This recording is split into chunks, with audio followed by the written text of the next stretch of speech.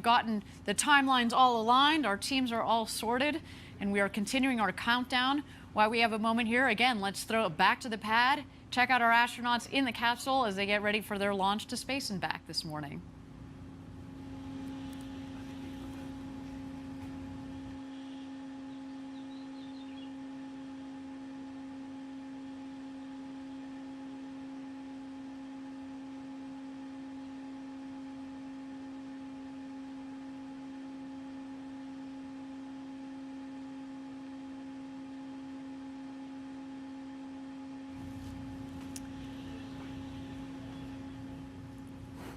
All right, everybody, we are at T-minus 14 minutes and 5 seconds to go until launch here. Got goosebumps going already. Again, the adrenaline is building and the energy is building up here as the clock ticks down. And while our astronauts and our teams are going through the final checks with our crew member 7 and the launch team, let's talk about seeing Earth from space and how it changes you. And we're very fortunate here at Blue Origin to have several NASA astronauts that are working with us, and they've logged hundreds of hours in space, and they offer a keen perspective on what our first human flight astronauts are just minutes away from experiencing. I find it's very interesting that people can look at a picture of Earth taken by an astronaut, but they don't get that change inside that actually being there in space gives you.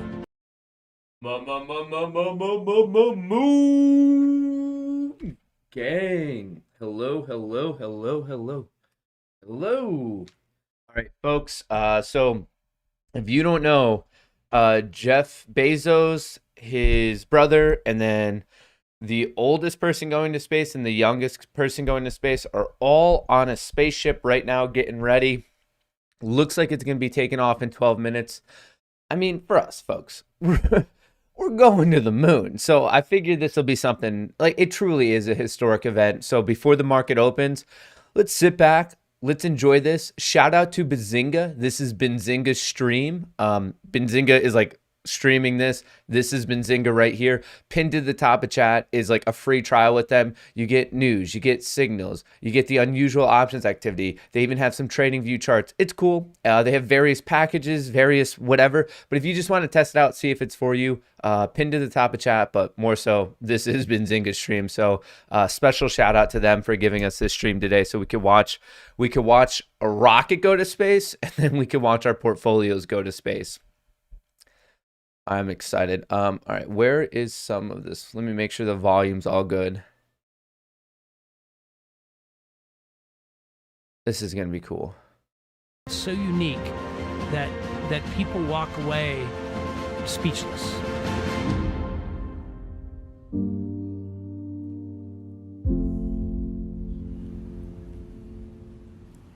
Incredible stuff. I hope one day I get to experience that, and I know obviously the four people that are on top of that rocket are about to do that. Gary, do you want to talk to us a little bit about today's flight profile, how they're getting up to space over the Kármán line and back home down here to West Texas? Here's what we're going to do. Well, we still have 11 minutes, so I don't know how it's all going to get going, if they're going to like need a couple minutes of a buffer or something. So let's quickly run through all the numbers and the prep for the day, just so we're ready, because I don't know how long that's going to go. So let me run you through a few things. All right. AMC to start the day off, short interest 14.34%, shares on loan 92.62 million, utilization 87.26%. Very, very quickly. Short interest, it's the amount, the estimated amount of short shares divided by total shares in existence. It's a percentage, it's a ratio. Shares on loan are how many shares are borrowed from a total loanable pool. Speaking of borrowing shares, total loanable pool, this is the ratio of how many are borrowed divided by how many could theoretically be loaned at that moment in time. X divided by Y. Both numbers are dynamic. Of course, more or less could be borrowed, but also more or less could be willing to be lent. So utilization and short interest are both percentages, and shares on loan is a magnitude. And then the estimated short interest right here of 73.37 million, obviously also a magnitude. To talk a little bit about this, I mean, no matter what I do, it seems like I make someone angry. But anyway, when people are talking about where does Ortex data come from, I just want the couple thousand of you listening right now to know that this comes from prime brokers, not hedge funds. Prime brokers are the one passing this data along. And I'm not saying you're wrong for questioning it of like who's reporting it, but at least question it. Like, you can't just be like, we can't trust these hedge funds. Like, the proper statement for this one would be, we can't trust these prime brokers. So that's my only comment there, is just like when you're like being mad at someone, make sure you're being mad at the wrong party of where this data is coming from. This is not a hedge fund thing. This is more of a prime broker thing. What I want to do in the upcoming future is bring on the founders and current owners, operators of Ortex and have a conversation about that, because I think that's a very, very fair conversation. Right now in the community, a big question is, can we trust Ortex? And that's, if you really look into it, the question is, can we trust the people giving the data to Ortex? Because Ortex is basically paying for these data feeds, making it look all fancy, crunching some numbers and presenting it to us. So what I think could be a cool conversation is to get Ortex on and be like, okay, data being given to you. What are the punishments if someone's lying? Are there any validity checks? I think right there, instead of people just saying, oh, we can or we can't, I think that's a very, very good and healthy conversation to have, just so we all know the field we're in, like the game we're playing it on, the field we're playing it on. Because with this, I mean, day in and day out, folks, I am well aware, this is the conservative floor estimate. This is 85% of transactional volume. I know Trey once in a while accidentally says it's exchange reported. I think he's grabbing it from here. This is not exchange reported. You're not calling up the New York Stock Exchange, the NASDAQ and IEX and saying, hey, what are your numbers today? I think it's a little bit of a misunderstanding. This is 85% of transactional volume. That's talking exchanges, that's talking dark pools, aka ATSs, and it's also talking non-ATSs. It's 85% of volume across all venues. But overall, like, I want you to know, in the background, I'm working on getting them on for a quick interview so we can talk about it, because I want everyone to be on the exact same page. In terms of GameStop, short interest of 14.78%, shares on loan 8 million, utilization 37.85%. There's actually been a little bit of a borrow against GME already today. Let's take a look. Just so you know, this is the overall market. This is when it comes to a little bit of my history with kind of my first successful bout of trading, like penny stocks losing, options losing, stocks losing. My first successful like multi-year period when I was like actually consistently profitable, it came to the futures market and it came to algorithmic trading on the futures market. One of my absolute favorite algorithms is when the market is down on a Monday, the statistical chance of it being up on a Tuesday, aka today, is very high. It's in no way guaranteed, but the deck is very much stacked in the favor of the market being green today. I'm talking the S&P 500, I'm talking Russell 2000, and I'm talking the NASDAQ 100. The odds are on the side of a green day today.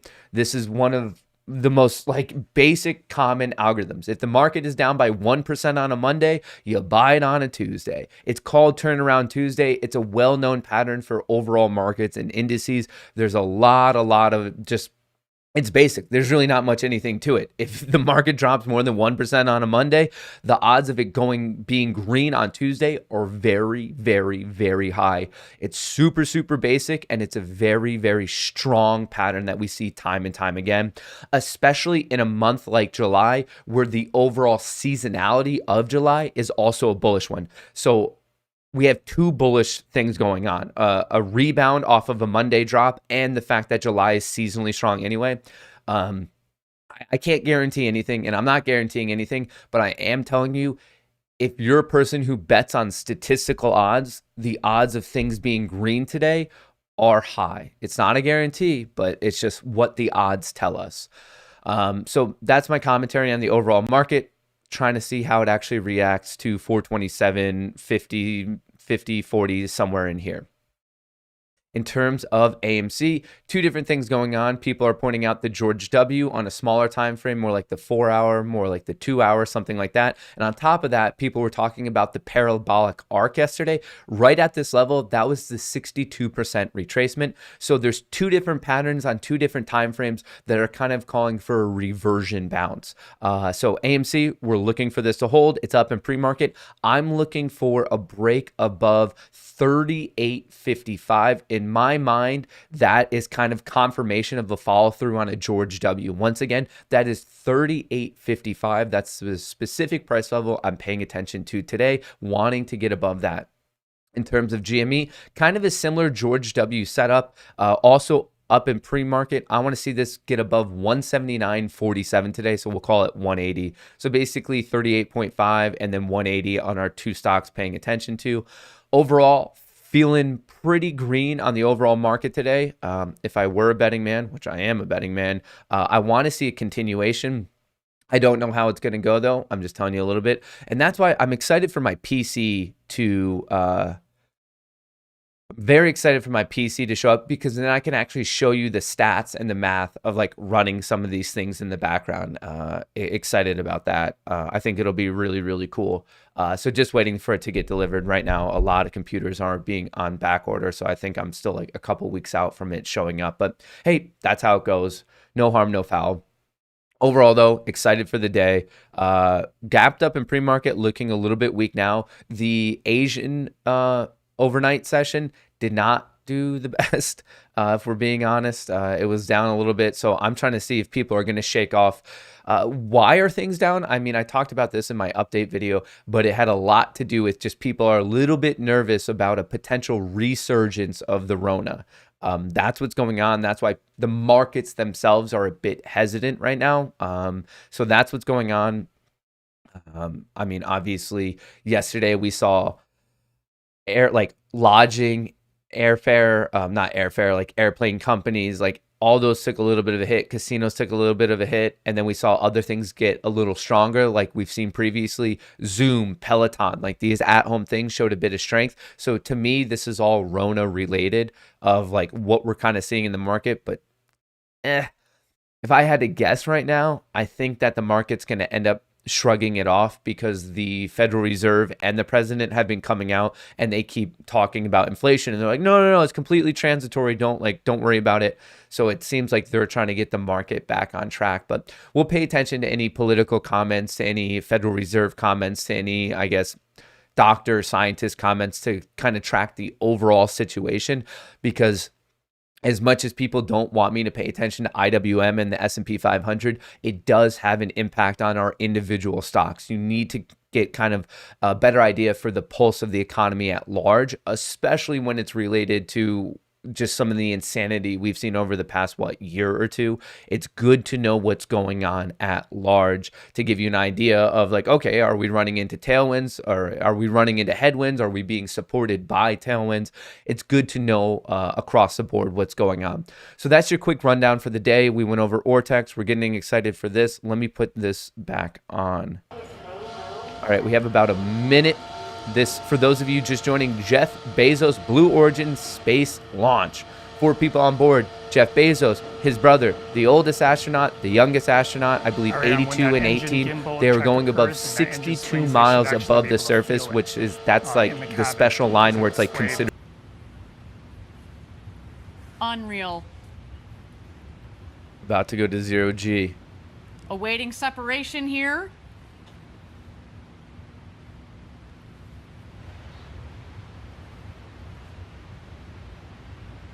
Ooh, something's supposed to be happening. And here we are. You can start to see. Stand by. You're going to see the separation of the capsule from the booster itself. I'm surprised there's not a camera feed in the spaceship. Like we're just watching a dot.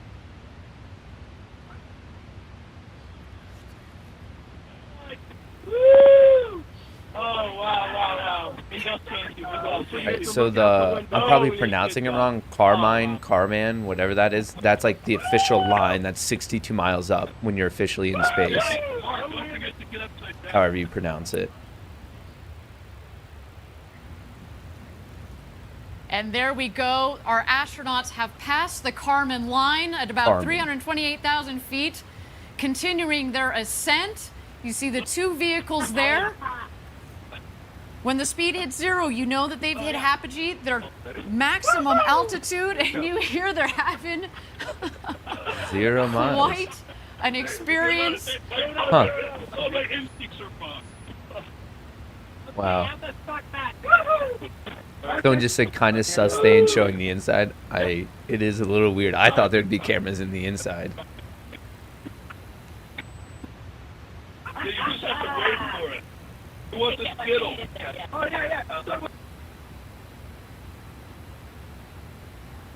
yeah. Phoenix, what's going on? Jenna. I guess they're coming back down. Yeah! Well done! 1 minute warning. 1 minute warning. Someone just said, shows the inside. I wish we could see the inside. Well, it looks like it was a pretty notable success, so congratulations. That's awesome. I mean, this has to be a good sign. People literally going to space today. Has to be a good sign. Booster velocity. Okay, get in. We gotta get in.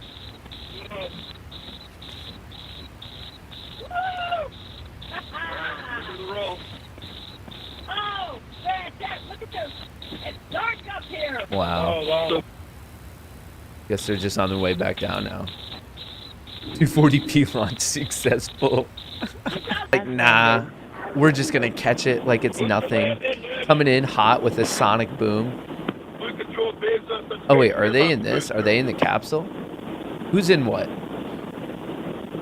And there it is, our crew capsule with our this four is the crew crew members capsule. on board. They just landed the booster by itself. They're like, ah, that's crazy still. Still crazy.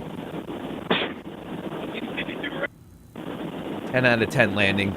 They're ready for the Olympics. Let's see. I mean, it's still coming in real hot. Stand by drogues. There's those thingies. Stand by main. Stand by main.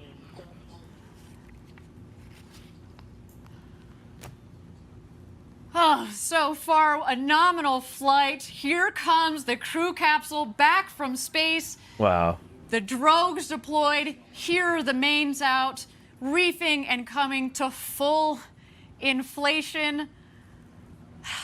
Our rocket went over Mach 3. That's crazy. And now they're this coming is wild. floating back First down human at just flight about for 15 Blue or 16 Origin. miles an hour. About to Obviously join us a home. massive success. Back Very, here very cool. in West Texas after having West gone Texas. over the Kármán line, the internationally recognized line of space. The world's newest astronauts. Gary, how you holding up, friend? I am speechless. Gary. How you doing, Gary Bear? And those big, beautiful windows. I've just got about a minute and a half of Just coasting back down. floating before the activation of the skirt jet for a soft touchdown. At this point, there are sensors on board that are detecting how high they are above the ground. Multiple sensors. How are they gonna? And just 6 How feet soft above is the this ground, landing that gonna be? cushion of air will puff, and they will have a soft touchdown, almost like just sitting in a chair. But I'm sure their adrenaline is pumping now. Whoa. Just coasting in. What a way to start off your morning. Did you have your coffee today? Nah. Just a quick flight to space to get the juices flowing. This is so incredibly cool. Ooh. And touchdown. Seemed a little Welcome heavy. back, New Shepard's landing. first But human successful crew landing. Huge What? success. Market about to open. They went to space. What a Welcome flight. back to Earth, first step. Welcome back to Congratulations all of Earth. you. Successful landing of both. I what mean, a the day, what a booster day. landing was incredible. People in this capsule, and we're so grateful to everybody who made this possible. Thank you. Man, Blue Patrol, Oliver, thank you so much hey, to everyone there. I mean, this is that about that old adage, you guys know. Especially to my younger audience out there, this is just kind of proof that you too can do whatever you want if you're a billionaire. If you're a billionaire and you wake up and you're like, I want to go to space, you can do it. I think that's a good lesson for all of us to learn. What can't a billionaire do? All right. Well, congratulations to the Blue Origin team. That is absolutely, it's just so cool. It's so impressive. Very, very cool. Very, very exciting. All right. Where are we? As of now, AMC up in pre-market, up 1.33%. GME is also up 1%. IWM is up. SPY is up. We're looking green across the board. All right. Let's do this.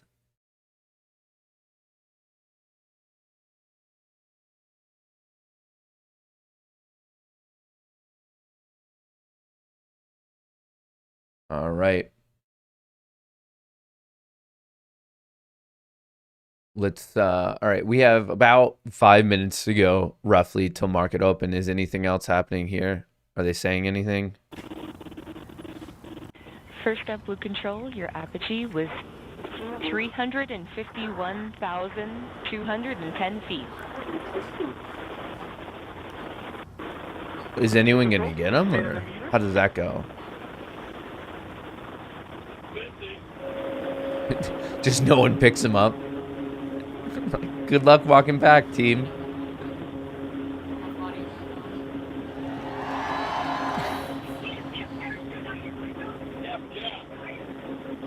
I'm now confused on how they actually get out of here.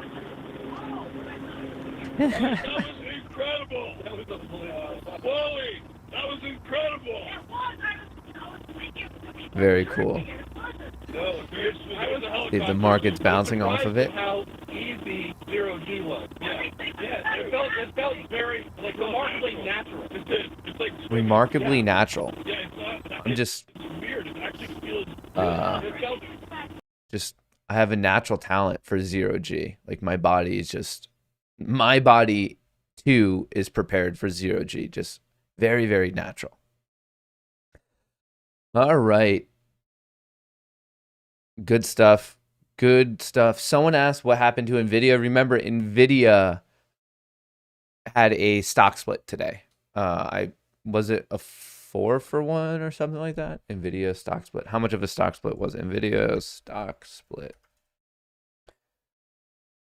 4-for-1 stock split. Remember, a stock split does not fundamentally change anything about a company. So let me use this example. If you have a $5 bill, like one $5 bill, you could split that into 5 $1 bills and you have the same amount of money, but the total amount of bills you have is different. So that's basically what Nvidia did, except in this scenario, I guess it would be better if you somehow had a $4 bill, a $4 bill that went into 4 $1 bills. It's not changing the market cap or anything. All it does is it increases the amount of shares and decreases the stock price by like the same proportionate amount. So your market cap's the same. Like fundamentally, nothing is different about the company. You just have more shares in existence at a cheaper price. And a reverse stock split would obviously be the opposite. If you had 5 $1 bills, you'd be able to transform that into 1 $5 bill. So that's what Nvidia is doing. I don't know if I should necessarily say it has no fundamental impact. It's not supposed to. It has some psychology impacts because when people perceive it to be cheaper, they're like, well, I could buy it now. But the psychology impacts recently have been, I guess for lack of a better word, muted. And that's just because of fractional share trading. So before, if something was expensive, if you didn't have the money, you just couldn't buy it. But over the past couple of years, now with the rise of fractional share trading, for example, if Amazon's trading at 3,000, you don't have to wait for it to split. You could just buy $50 of it if you want. So we're seeing there really isn't ever supposed to be an impact with a share split or a reverse split or anything like that. And there's been those psychology things, but even that is getting less and less just because of fractional shares. So that's what's going on with NVDA. Let's take a look at this. Yeah.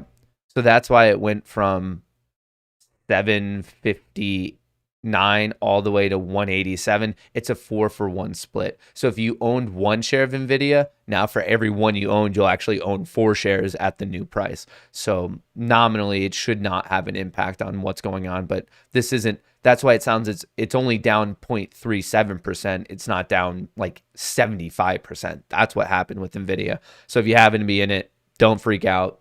It's just a stock split. Nothing to worry about. You have not lost money on that one. Actually, like Nvidia. I've been in Nvidia before $100 back in must have been early 2017 was the first time I bought Nvidia.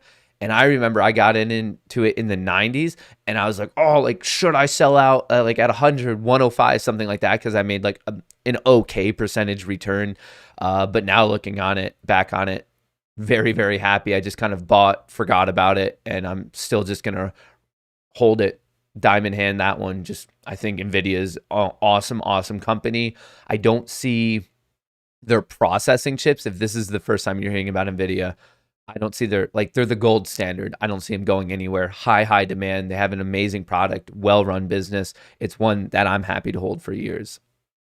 All right, market is about to open. Let's turn our attention to these guys. AMC, GME. Let's just drop the RSI for now, just so we have a bit more room for the opening. And ding, ding, ding. The market is open, folks.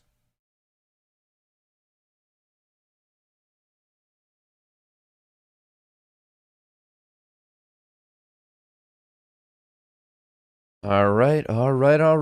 AMC, more green. Like I said, feeling a bit froggy. Let's see if it can hold. Let's see if it can run even more, honestly. Let's do this. All right, I don't think I need this anymore. Ding, ding, ding. The casino is open. Ba-ba-ba.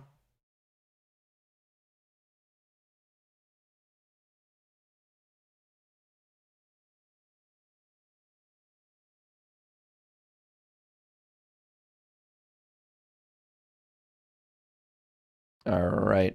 We are good.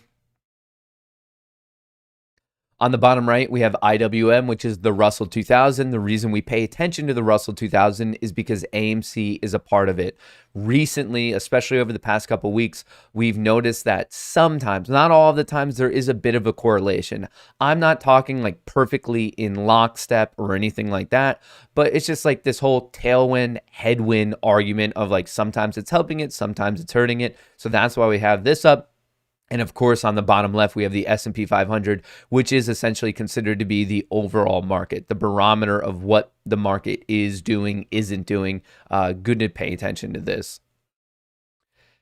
And actually, out of the gate, as we're talking about what's going on, we're actually seeing a bit of divergence. SPY and IWM, a little bit weak. SPY break even on the day, IWM break even on the day. But you know it's not break even?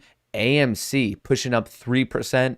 Remember, my major target of the day is around 38, 39. Would love a break above 40, 42. 40 to 42 on the daily chart is major resistance. A break above that, to me, would be a strong confirmation of us filling out the George W, that final part of the actual W formation.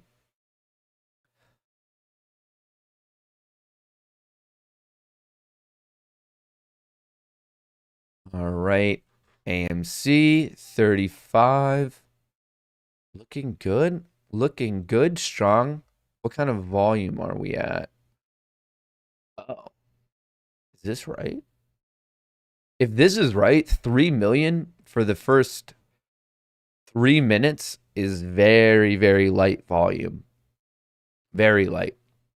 But hey, stock is still up over 3%. I'll take it. Making that run. Whoa. Boom goes the dynamite. AMC feeling a bit froggy. Feeling a bit froggy, making that run to 36. Let's just take it $1 at a time. AMC flexing on us. Turns out AMC is the one who's really buffed 24/7. Pushing. Pushing. Pushing.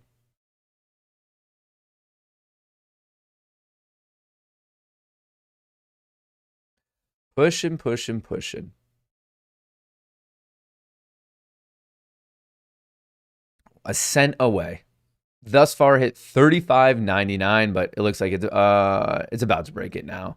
And then GME is at 174.61. Come on, AMC. Push. Let's see, 36. There you go. Dingity ding ding ding. Dingity ding ding ding. Whoa. Are we making a quick run all the way up to 37? Feeling a bit explosive.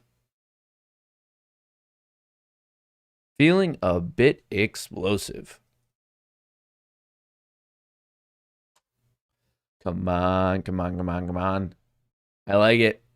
GME turning around as well, pushing 177. GME up 1.82%. AMC up 4.5%.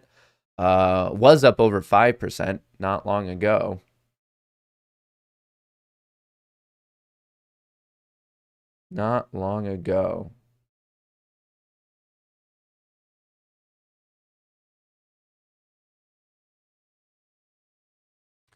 All right, RSI hot, taking a breather, strong opening. Remember, for me, and this is not, I guess, the most common rule, but for me, I very, very much like waiting the first 15 minutes.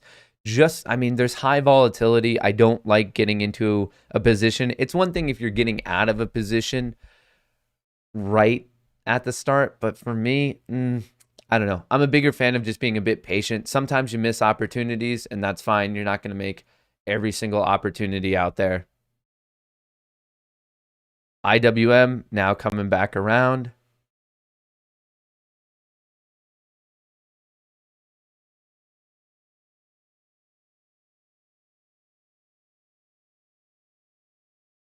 Ooh, IWM pushing.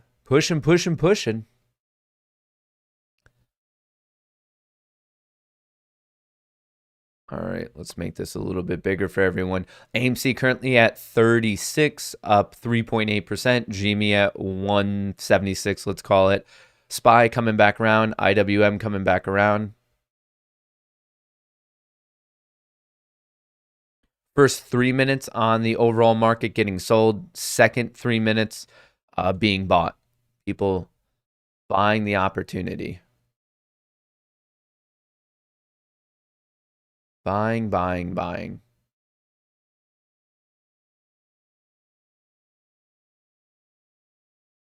All right. Let's see how we're doing it. Is it just going to base here now that the RSI had a chance to cool off? I think so. It looks like it's just going to make an official higher low. Strength at the opening. Like I said, feeling froggy. Someone's feeling a bit froggy out there.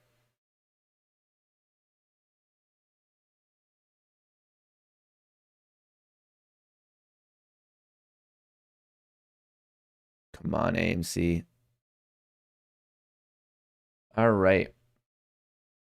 Isn't Citadel a prime broker? War has some part in being a prime broker, part of Citadel that when only questioning some of the data from Citadel, I don't believe is a prime broker. Citadel's a hedge fund. Citadel Securities is a retail wholesaler and also a market maker, but Citadel Securities does not function as a prime broker, and Citadel, the hedge fund, definitely doesn't function as a prime broker.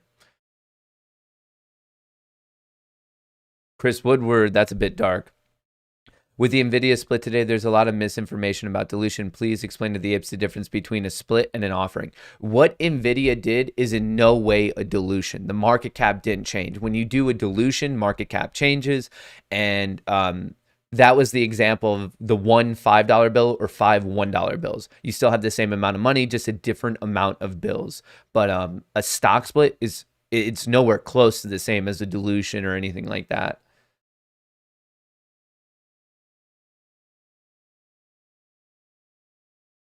Matt, if you're going to buy a call option for AMC, what would be high risk and low risk, not financial advice?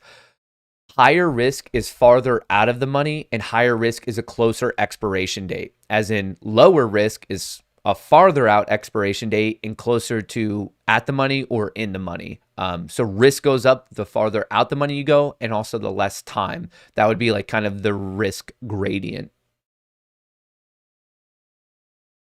I feel like I've seen this in an Austin Powers movie. Speaking of movies, AMC to the moon.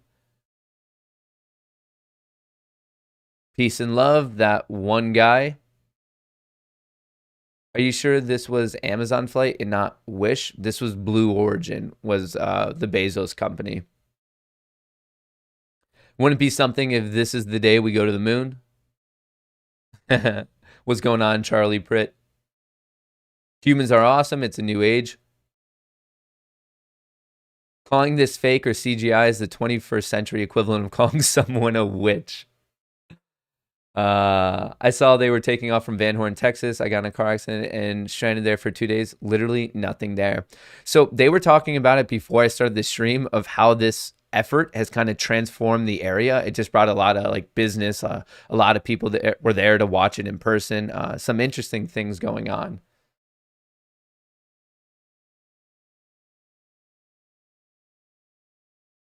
Interesting.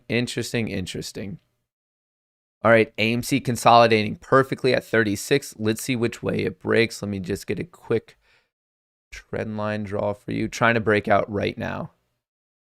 Attempting to. Just a small intraday technical wedge thing we have going on. And looks like we're getting the break. Boom goes the dynamite. I don't know why, but it's oddly fun to say. What can't a millionaire do? Well, if your name is Ken, you can't short. Jeff Bezos, we went to space. AMC holders, hold my beer. 5 $1 bills is more, Matt. That was probably in reference to something I said earlier, but 5 $1 bills is in fact not more than 1 $5 bill. I know you're just messing around, but just so you know, that's like what a stock split is. It's not a dilution or anything like that.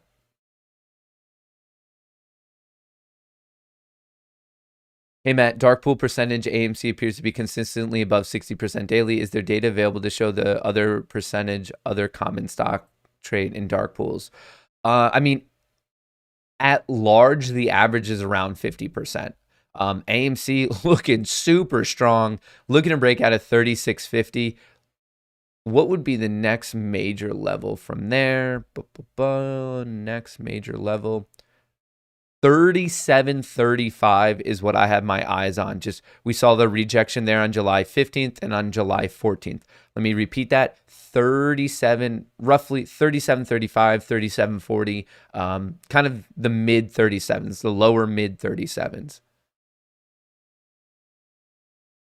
So that's our next overall target upon this double top breakout. Double top at 36.50, right now at 36.17, 18, something like that.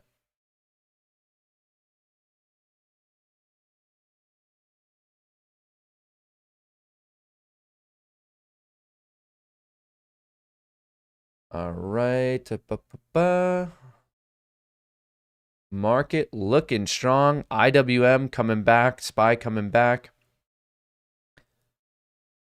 GME at 172.50, AMC at 36.17, 19.22.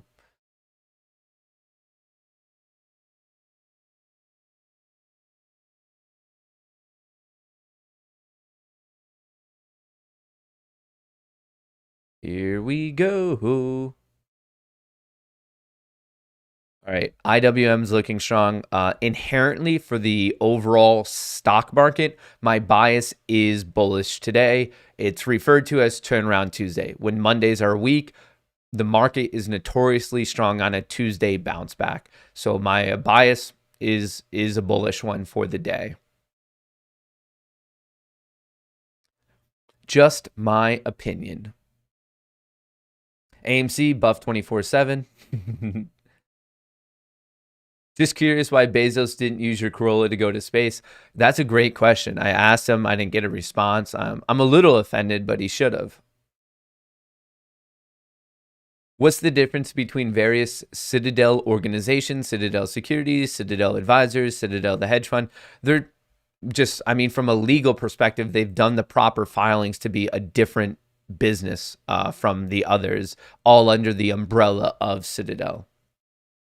AMC looks like some Wendy's. All right. Jonathan, what's going on? Apes go to the moon on the same day. Bezos plays just the tip with space. The blockchain backer, YouTube crypto dude, mentioned Dash and how it may be shorts covering a sneak peek at what's to come. Mentioned Dash and how it might be short. Dash as in DoorDash? Is that what you're referring to, Parker Allen? Wait, why was a blockchain YouTuber talking about DoorDash? I feel like I'm missing a little bit of something. Today is the day that Neil Armstrong landed on the moon. It's our turn today. Yeah, I believe. So that was Apollo 11, 52 years ago, I believe, is what someone was mentioning. National Moon Day, NFA, apes stronger together. Can you explain what RSI is when it's down? Is it buying pressure? Explain it like I'm a third grader. RSI, let me throw it up really quick.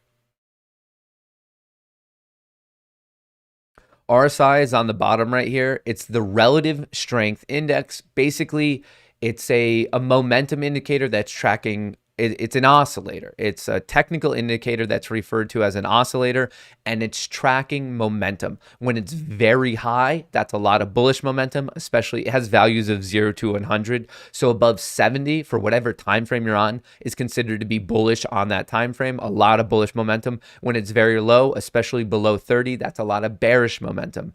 Many day traders, swing traders, and investors use this to see when things are a very strong or very weak, and they look for reversion plays. For example, at 9:34 this morning, the RSI was clearly overbought. It was above that 70 mark, and then it took a breather. Once again, right here, it went up pretty high. It took a breather.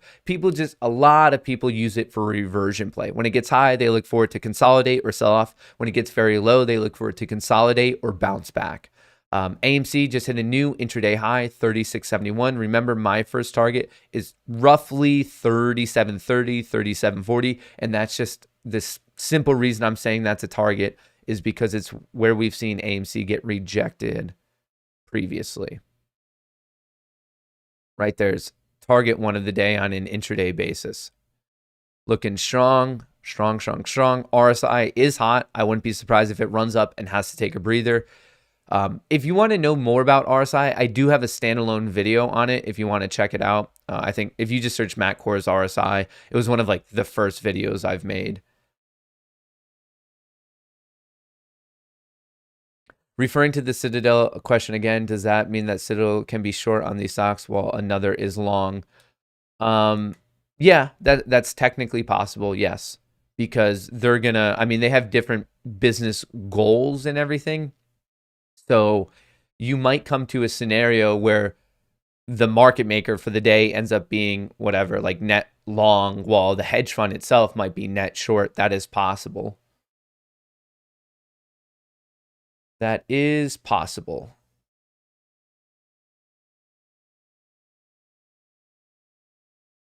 All right. AMC strong. We're getting that bounce back across the market.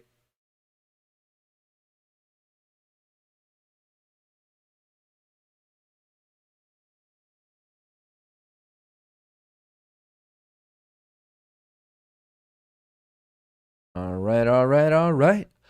right. It's a nice green day. Rockets going to space. Ape Nation going to space. Hey, I'm sweating. Where'd my sweatband go? Where did the sweatband go? There we are. We're pushing. We're rocking now, folks. We're rocking. We're cruising. We're grooving. Get good vibes only. Get the smile on your face. Let's just enjoy this because we know if there's a red day in the future, all of a sudden people are going to get upset about.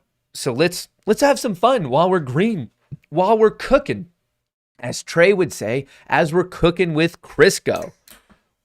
We got some water. We're feeling good. We're moving. We're grooving.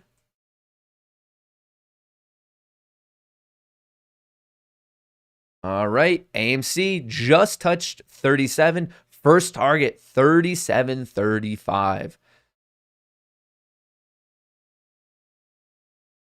37.35.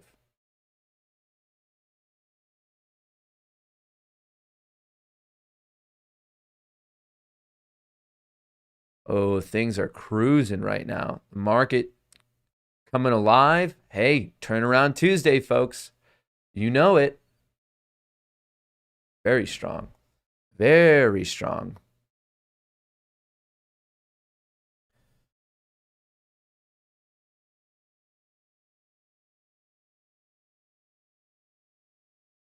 Very.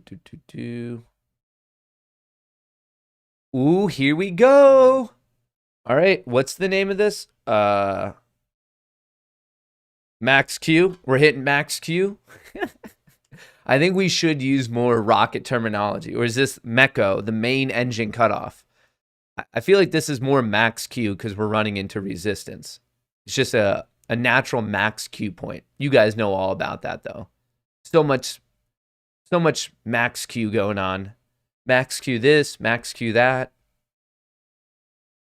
I heard there was an ape on that rocket. Also heard the ape on more AMC. Freaking space. What a time to be alive. Think RSI like a rubber band. It gets pulled high, it's likely to snap down, and it gets pulled down, it's likely to snap up hard. Sam, I really like that explanation. That's a good one. Hey, folks. Okay, as of now, I was off by 6 cents. I know you tune into this duck-based, tiger-based, ape-based live stream for better technicals, but I'll be better. I mean, 6 cents, I know you're going to be mad. Be like, this kid thinks he knows technical analysis. He was off by 6 cents on a $37 stock. I have had enough.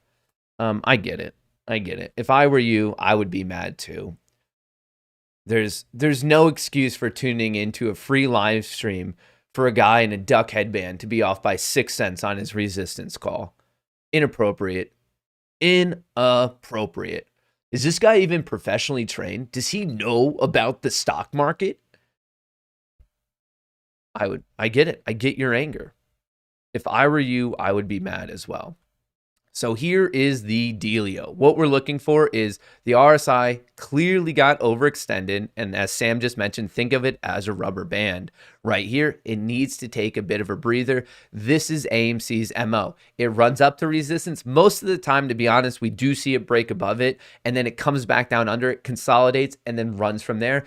This time, we were under it by 6 cents. Like, there's a bit of an art to it. It's not the science of like, oh, we need to get to that exact level. It's like a region. It's a realm. It's like Narnia. It's a whole thing. Right here, we based. I mean, I wish we based a little bit more, but hey, I'll take it. I just wanted the RSI to cool off a bit. But let's see if it can break and run. Release the boosters. Release the boosters.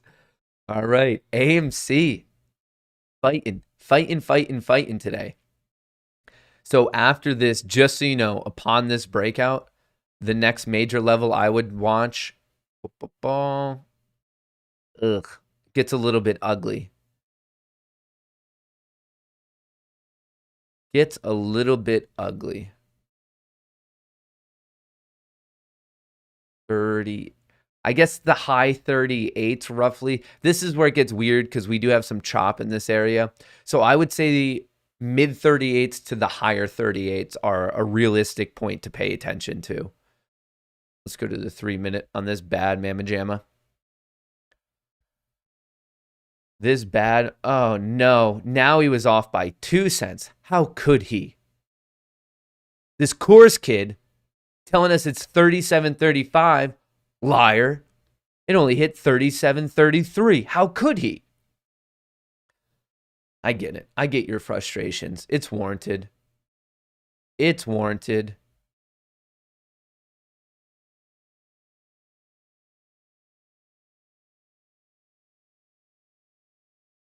Warranted.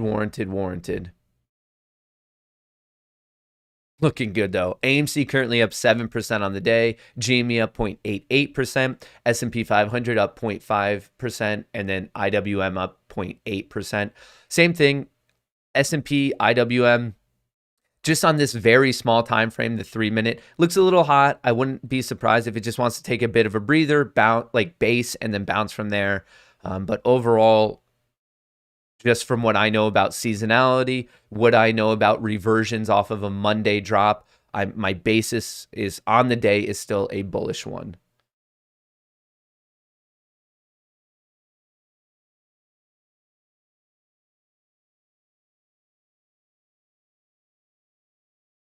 Whoa, whoa, whoa. Whoa. Actually, I guess it's not basing. Doesn't seem to care about basing whatsoever. Just, I guess it cares about running. The SPY still looking strong.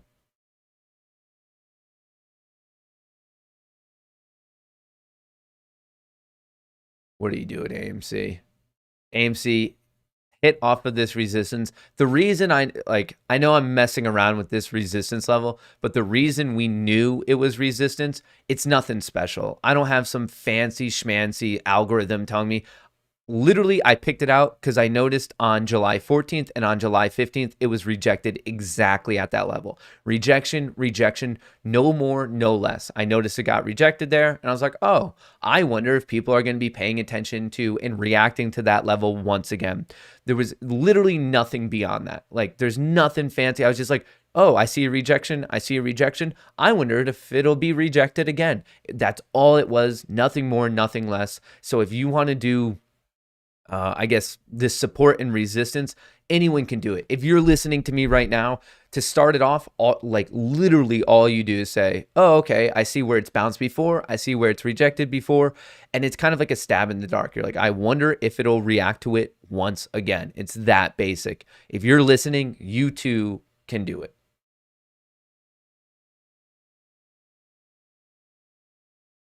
IWM, moving, moving, moving.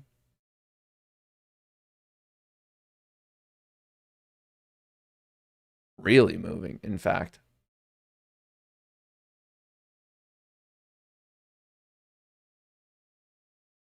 Where AMC 36.55 right now and GME is 176. IWM strong, strong, strong.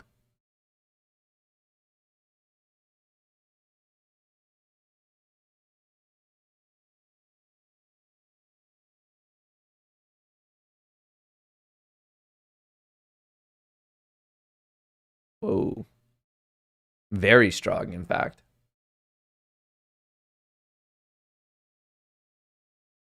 Just ripping. Here we go. I guess it's just going to keep pushing today. Everyone's like, nah, we're just buying, buying, buying. We don't care about no shutdowns. Definitely seems to be the general vibe of the day.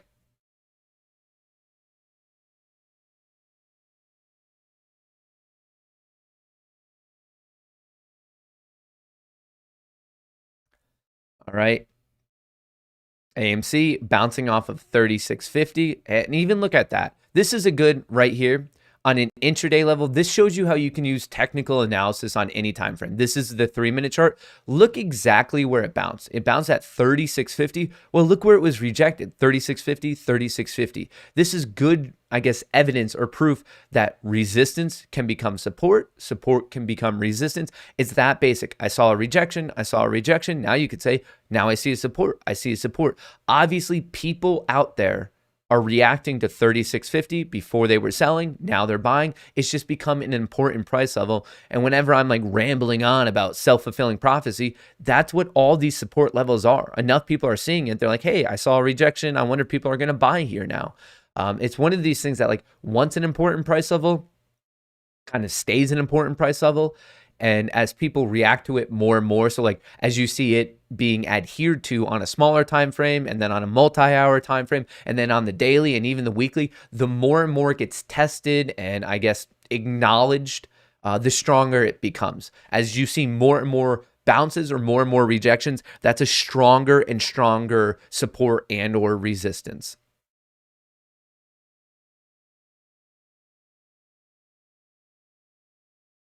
All right, we're just looking for AMC to rip here. IWM still pushing. SPY still pushing. Strong, strong, strong.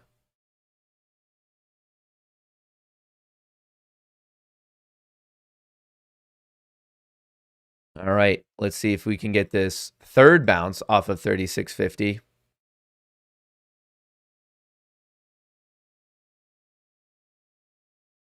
What else do we have? All right, all right. Let's get AMC trending on Twitter. Need more momentum. We need the, well, I don't know what the, I'll tweet out whatever the tag of the day is, just someone let me know. When they landed, someone in the capsule was trying to have a cool quote. Incredibly incredible. Come on. How long did they think of that? Incredibly incredible. With T2 settlement and news saying Fidelity retail bought more in a single day than ever before, this should be an amazing day. Wait, no. T2 settlement is like when the trade officially clears, but the reaction in the stock happens in real time when you're buying or selling. You don't see a delayed reaction 2 days later. What's 100 million compared to 30%, 0.3 of a billion? How do we know when synthetic shares have covered? What's your play? Thanks, buddy.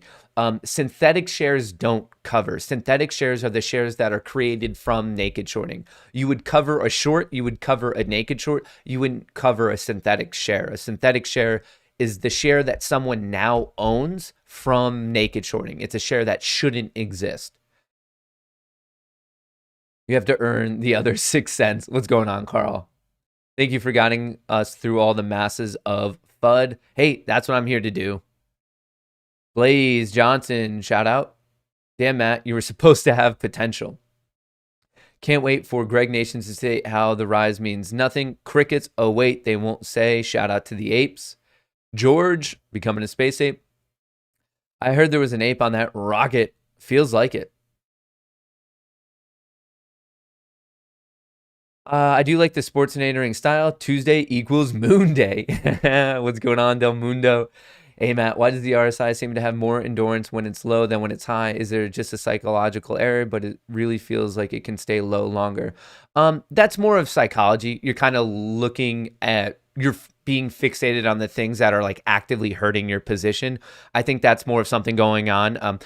More in like in your brain of like what you're noticing, because obviously it's easier to notice pain than it is to notice like when you're being more of like euphoric. But just so you know, RSI, it can stay low or high or even in the middle for extended amounts of time. In fact, I know of some people who what they look for is for the RSI to be very, very high or very, very low on multiple time frames. I'm talking like the 15-minute, the hour, and the day, and they look for a continuation in that direction. That's one way to do it. That's not necessarily my favorite. I look more for the rubber band approach, of when it kind of bounces back off of some like extreme move up or down. But the RSI can stay very high or very low for like an extended period of time. There's no rule that like the second it pokes its head up or gets beaten down, that it has to bounce right there. That's like not a rule by any means.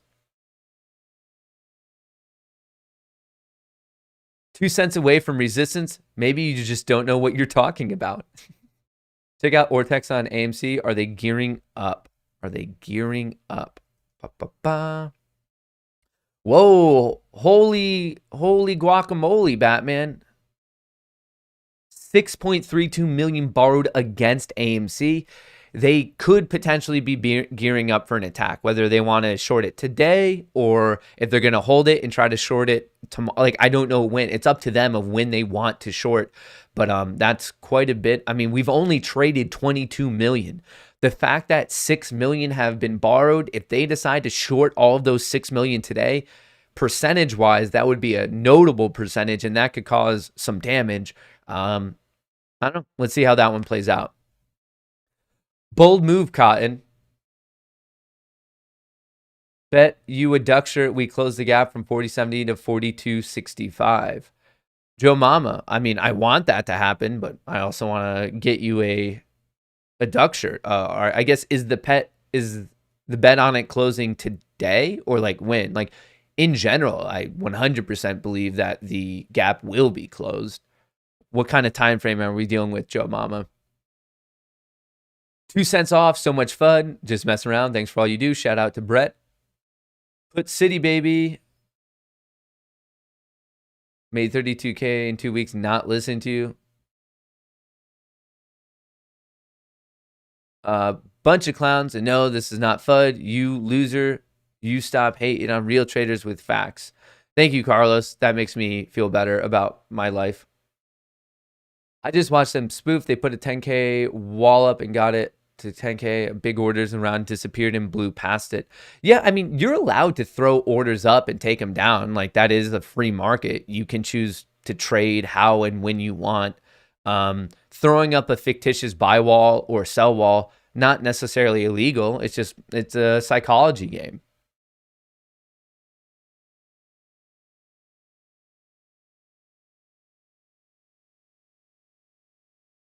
Thanks for dealing with all the videos while I reap all the benefits of your knowledge. Keep it up, bud. Shout out to Travis.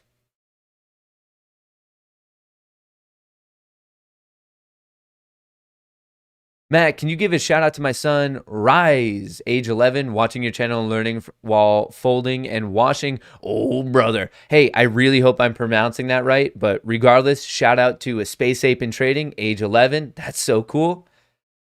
Enjoy your laundry as well. Tweet of the day, Bezos, pay your damn taxes. Tag of the day, AMC to hire Chuck Norris and Liam Neeson to find and return all synthetic shares. It's amazing how nice everyone is when the stock is trending upwards. Yeah, it's definitely an interesting psychology difference I've noticed myself. Interesting.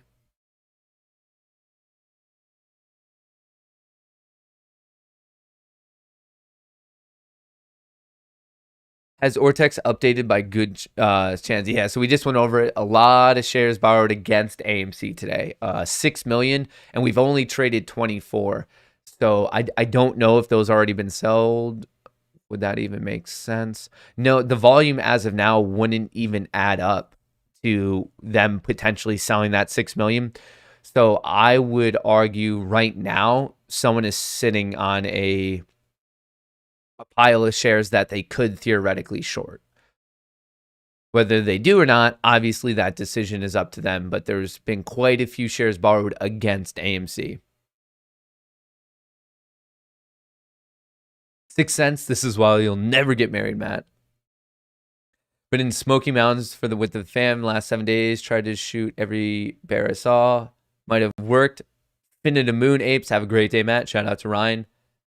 AMC squeeze trending. Thanks for everything, Matt. All right, AMC squeeze. I'll tweet that out. That's one small step for Bezos. Blah, blah, blah. Amazon Prime. Carlos Mendoza. Read my super chats, you bum. I'm just going to kick you out. Bye. Thanks for the money, man. Oh, hi, Mark. I'm considering pumping 40K into AMC. Looking at the 4-hour chart, it got rejected at the trend line. I sketched in would buy in the breakout above the trend line, or do you have a better price? So buying the breakout would be a bit more of an aggressive play. And if you want, you would actually look for it like to a more of a conservative play would be getting it at support. Or remember, you could do like a 50-50 thing. You could pick up some at support, some on the breakout. You don't have to fire all of your bullets at once. You can like kind of pepper them in. Look for them to short during lunch like they usually do. Apes are back. Appreciate everything you do. Shout out to Scott. Shout out to Joseph. Shout out to Michael. Hey, brother, I can't wait to meet you. Devin, remember, Ape Fest is getting, as of now, it's kind of postponed, canceled. They're waiting for the squeeze to happen. Just so you know, Devin, if you already have tickets, you will be getting a refund. So that's something you should look into. Thoughts on Elon Musk viral video of him? He's done it twice now. It's Daddy Doge Twitter. They're going parabolic. I don't know much about Daddy Doge. I think the name is a little bit cringeworthy, if I'm being honest. But I don't know much. I'm not an expert by any means on Daddy Doge. Matt, I know it's early, but I desperately need a old brother. What's going on, Dan Smith? Old brother. The apes are at it again. All right.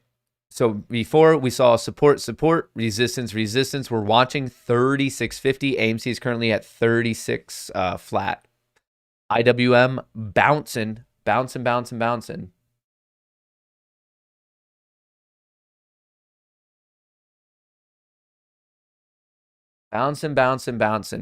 I am looking for this to just kind of rip. Rippity rip, and hopefully that also then assist AMC. I just want to see some money flow back into the market. What is the gap fill play? It just gap filled. What was this low? 214.47. So we did gap fill. Next stop could very well be 218 on IWM.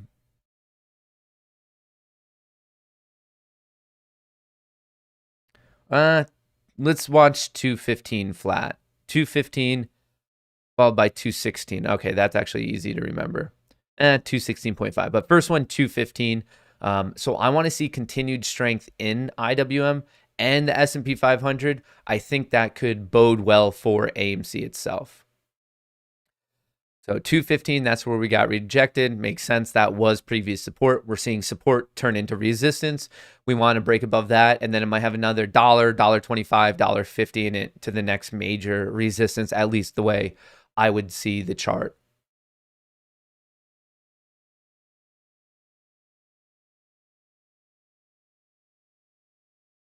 Come on, push it. Push it.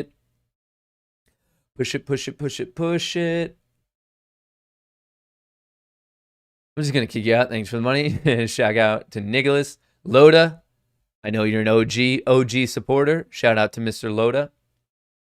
Just got my Moon Gang apparel. Thanks, Matt, for your insights and knowledge. Haters gonna hate. Shout out to my bro Scotty for getting me in on AMC back in April. To the moon. Shout out to Samuel. And shout out to Scotty.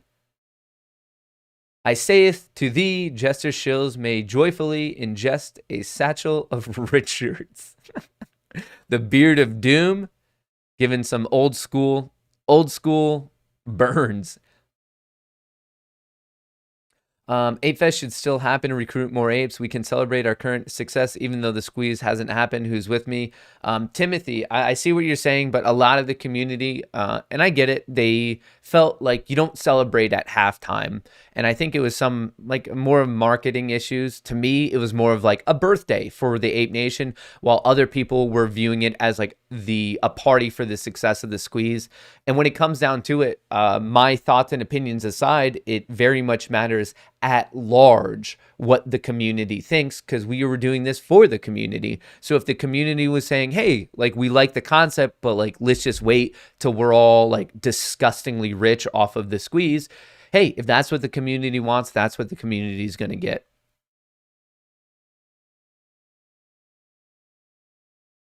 What would be a good entry point on Nvidia in your opinion, Devin? In my opinion, I would rather wait a couple days on Nvidia, because when I watched the Tesla and Apple stock split last year in mid 2020, I believe it was either the start or end of August. I forget which. It was the month of August. Right after the split, it showed some weakness for a couple days. So I would look to see if there is any weakness and then buy it after a couple days of weakness. That's how I would play it for the remainder of this week. But to me, Nvidia is a long-term investment. I am not actively trading Nvidia. I think it's a strong company. I love its fundamentals. I love its product. I love its management team. There's not really things I dislike about Nvidia. Maybe you could argue that there's some like mineral shortages in general, but it's just the world is so technology driven. I just don't see how the gold standard of GPUs would like really go to the wayside. Like, I think the thing that could disrupt the semiconductor industry is if technology advances so much that for some reason, like we move past GPUs and we need a whole different type of chip.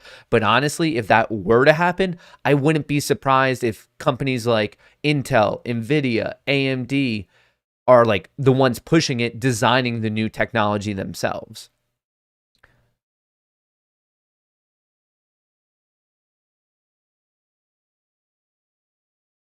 Rant 1, 2, 3, go. Thanks. What's going on, Paul? Isn't AMC on negative beta? In that case, AMC is supposed to go up when AMC goes down. So I've seen some people say that AMC has a negative beta, but I don't know where they're getting it from, because like if you just do AMC stock beta, the things that come up show that it has a positive beta.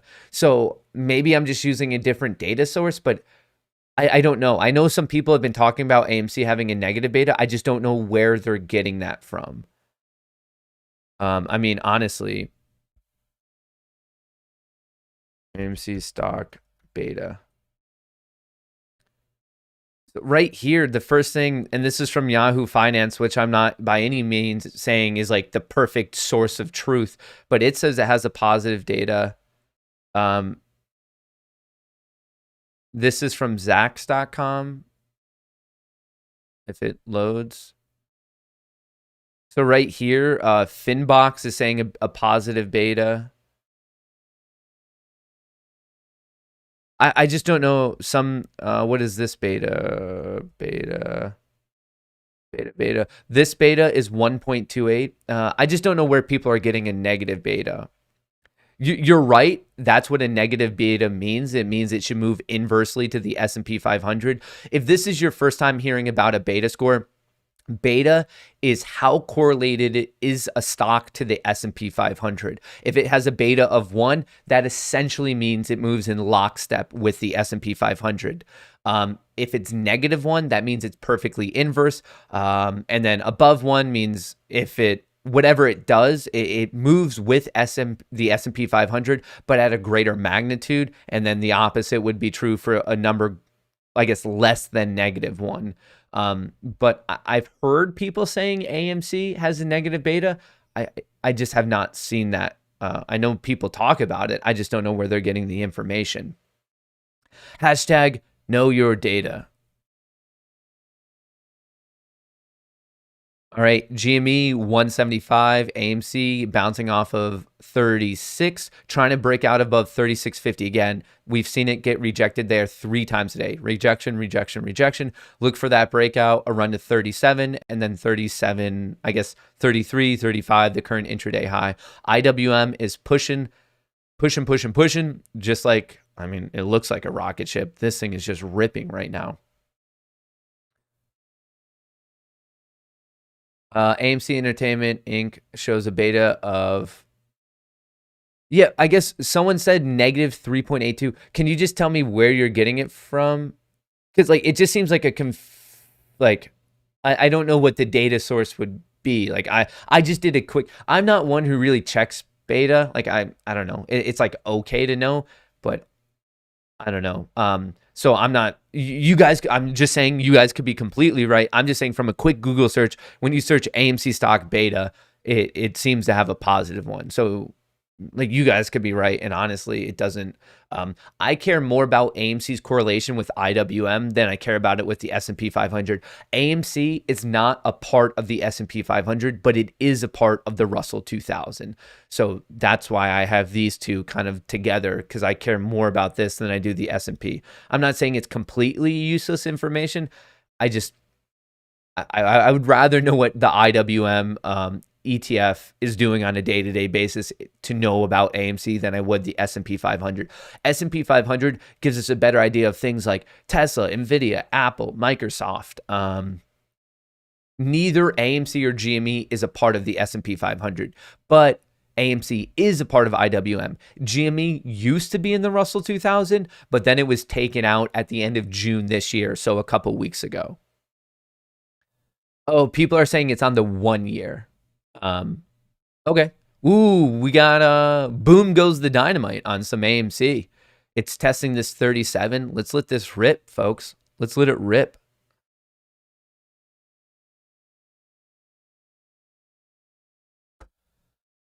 Boom goes the dynamite.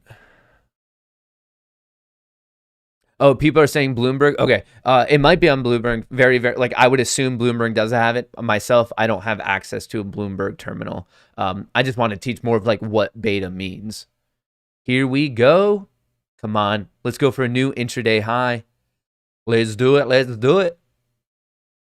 Volume a little bit low, but Let's rip some faces off.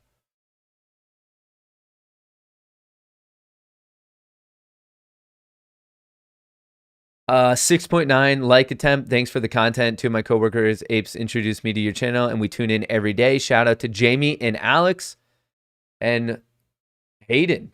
Shout out. Some apes, some work apes. Come on, we might be setting up for a beaut of a cup and a handle. IWM slowly grinding higher. Same with the S&P 500.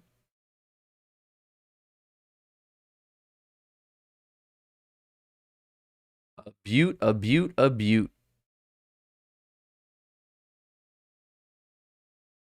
Where would this be? Let's see if this just keeps rocking. Turnaround Tuesday.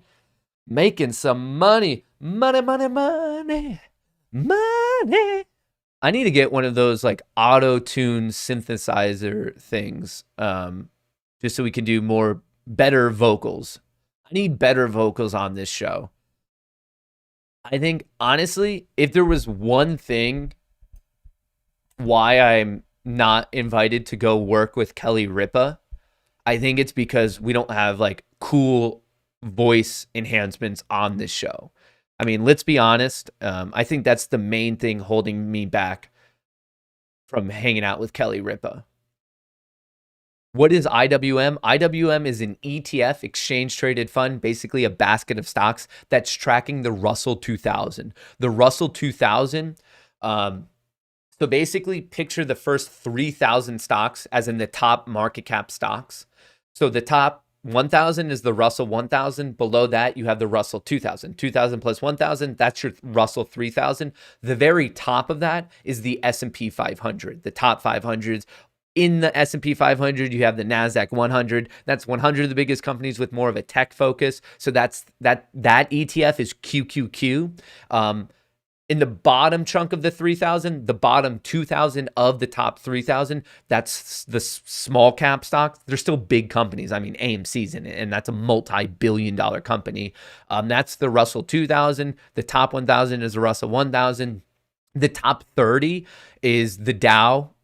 Those are the top 30 companies. Basically, you have all these just different basket of stocks. People are like, I want to know about tech. I want to know about small cap. I want to know about the biggest companies. I want to know, like, they're all just different baskets of stocks. Hence, that's what an ETF is. And the reason we pay attention to these two is because AMC is in the Russell 2000, and this is the SPY is the S&P 500. This is what's thought to be the stock market at large. Like generically, it's the barometer for the overall stock market.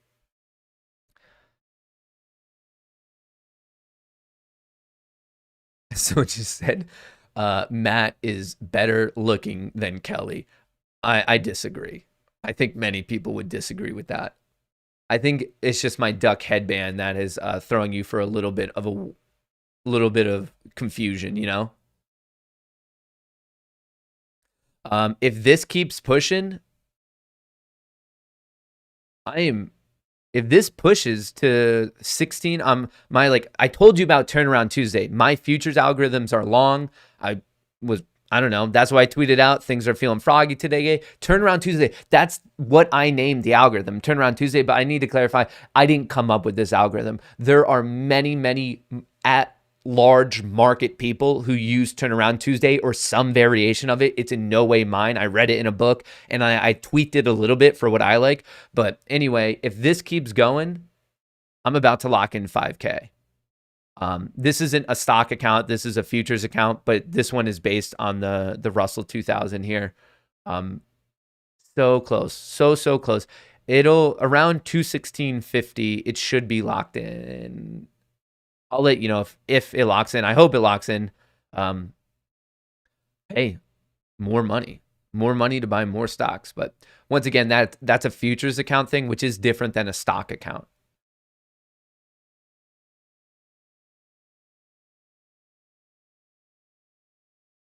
Bro, I can hook you up with auto tune on your voice. I'm a producer. Blaze Johnson would love for you to like DM me on Twitter or something. I really do want to do funny voice stuff.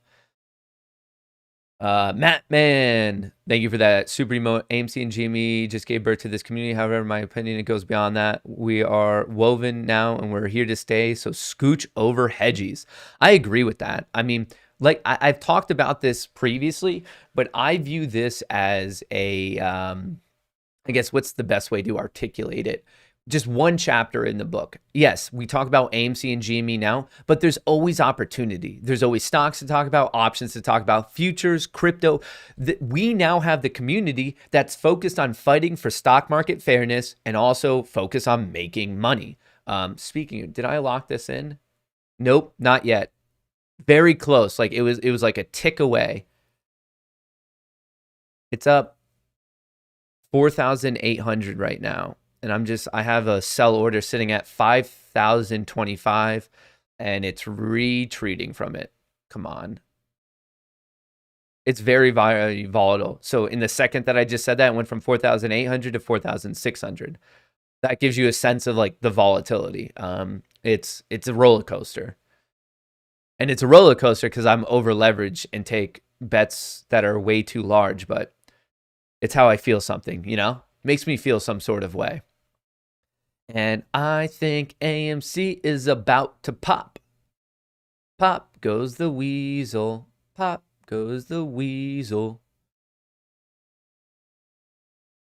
DJ, hit that remix. Boom goes the dynamite. All right, AMC's on its way to making a new intraday high. We do have resistance right here. And then the next resistance, it's just a weird region from the mid 38s, probably all the way up to 42. There's no like obvious level. It's just kind of like a whole region of just like muck. Muck. Well, this sucks. I very much want IWM to keep going. We just gotta the party. Well, I'll let you know if that trade fills, but it has not filled.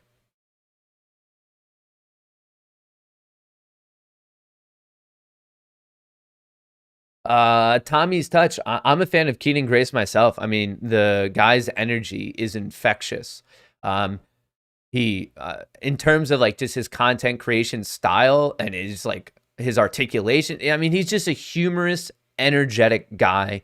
I feel like he's one of those people that could talk about anything, and I would get enjoyment out of watching his video. I honestly, like, I really would. Like, he could. It doesn't even have to be related to stocks. Like, he could just come on the camera and it would be his energy. He's like, folks, you know what I just had for lunch? I had some kick-ass hot dogs and mac and cheese. I cut the hot dogs up. I cubed it. I put it in my Scooby-Doo mac and cheese. And boy, oh boy, was it an amazing lunch. And he would say it better than that. And you would feel good. You'd be like, I want mac and cheese and hot dog for lunch. Like, I don't know. He's so infectious. It makes you feel so good watching him it. He doesn't even have to talk about stocks. Like, I would just watch like a vlog update about his life because I feel like he would take a mundane story and spin it in such a manner that you're like, yeah, man.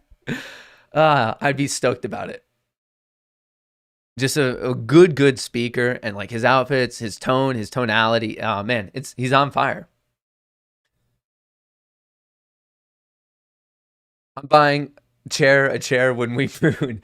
Get a Personas Revelator IO. It will help with streaming audio between different programs on the same PE and voice effects. It's actually kind of funny you say that. I was looking at their product. I'm thinking about throwing in an order with it, with Personas. With Dino Nuggets. I love Dino Nuggets. Dino Nuggies for lunch. We just broke out of a parallel downtrend on the 4-hour LFG.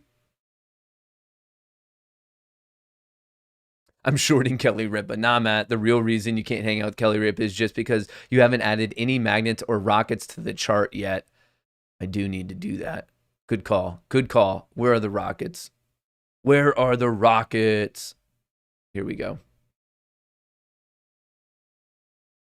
Where are the rockets? Und the rockets. All right. Let's hit him with it. We're going to get that explosion. We're going to get that explosion. Ba-ba-ba. All right. We got the cat. We got the rocket. How would this not work? This is just science, folks. It's science.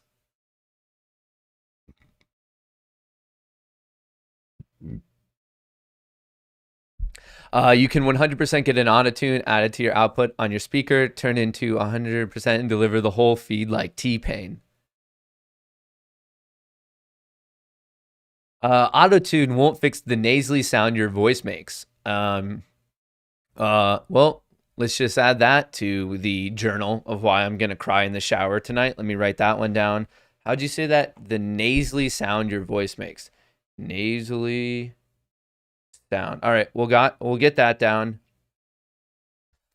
My therapists, aka some of the voices in my head, say, Matt, you shouldn't do that. You shouldn't catalog all of the negativity in your life. It seems to be really getting you down, and it's an unhealthy fixation, and you're continually reiterating the instance time and time and time again. And I don't think it's healthy to fixate on, to focus on. And then I tell that voice in my head, but yeah, like, I don't know, like I'm addicted to it. So that's something. I don't know. Nasally voice. I mean, Lil Wayne has a nasally voice and he's doing pretty okay. Well, I don't know if he is like socially, but he had a very successful music career, has a successful music career, which is obviously very voice dependent.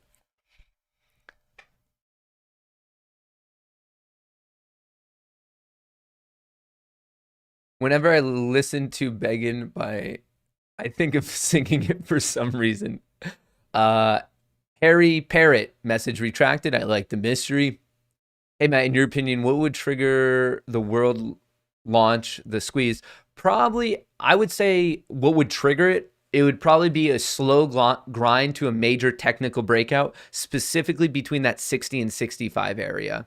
And then obviously, if we somehow, like the point of getting above the current all-time high of 72, we would, if I had to bet, really start ripping from there.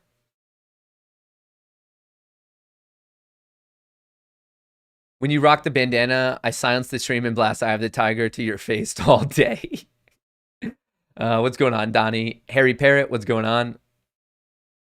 Hey, Matt, what energy stocks you like for the long term? Spirit questions. The reason I can't buy less 100 of SNDL. I'm not the biggest fan of SNDL. I just think there's better marijuana plays, such as Tilray, if I was going to put money on one. But I also like the ETF, MJ as well, just to track the industry at large. So that's, I guess, I don't think SNDL is bad. I just think there's better options. And in terms of energy, I'm a bigger fan of the EV sector. So if you want to track the sector at large, you could watch something like RQ, or you could get behind some of your favorite EV stocks. You have Tesla, you have NIO, you have Workhorse, you have ChargePoint, you have Fuel Cell, you have QuantumScape. There's a lot of like highly discussed stocks in that sector.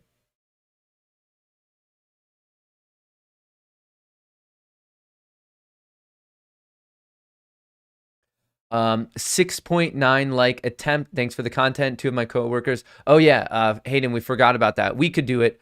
So if you're trying to go for 6,969 likes, please, if you want to do that, you have to stop at 6,500 and then do it very, very slowly, like insanely slowly. And it's difficult because there's 24,000 people in here. There's a delay. It's a challenge. But you know what else is a challenge? Sending people to space. And we did that this morning. Am I arguing that getting 6,969 likes is more difficult than going to space? Yeah, I am. I mean, whatever. Space, you just put people in like a big metal box and you throw it really hard. While stopping at 6,969 likes, it kind of requires a special sense of immaturity. Like you have to be basically like a teenage boy in a malnourished grown male's body. And then on top of that, like we have the timing issues. Yeah, I would argue it. I know a lot of people are going to be like, whoa, Matt, come on. Like obviously going to space is more difficult. And my argument is, well, they already went to space this morning and we have to see if we can actually stop at it. So let's see. Maybe it is more easy to stop at this, but I don't know. Only time will tell. Time will tell on this one.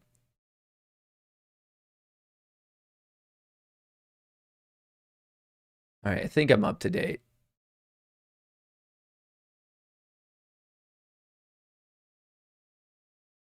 It's not your face that's annoying. It's not your voice, it's your face. You had so much potential. Just kidding. To the moon. Willie Nelson, very nasally, very, very successful.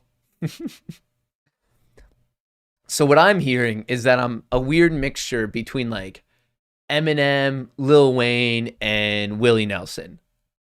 Except, unlike those three, I have no music ability. Like zero music ability. That's where the comparison I would say would drop, is that my singing inclination, I don't know, if it was like some sort of like RPG game and you have like a score out of 100, my singing ability would be a 1 out of 100, and that's the only reason it's not a 0 is because I can still like create sound. So like level 1 is just being able to make sound. And even that, some people have tried to revoke that from me.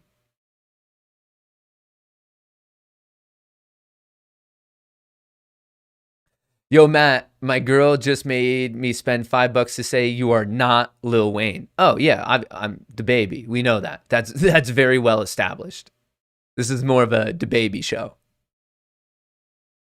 Hey Matt, if you take "Do You Believe" by Cher but replace word love with pump, it works. Your story about crying in the shower gets me really hyped up and excited, makes me want to try it.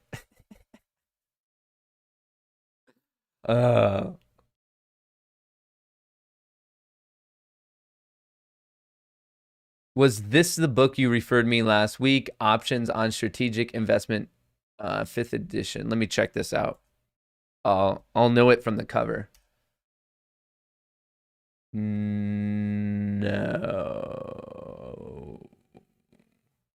Hang on, let me throw this up just to see. I think there's a newer version. Maybe that's the different. That's the 5th edition. What's the?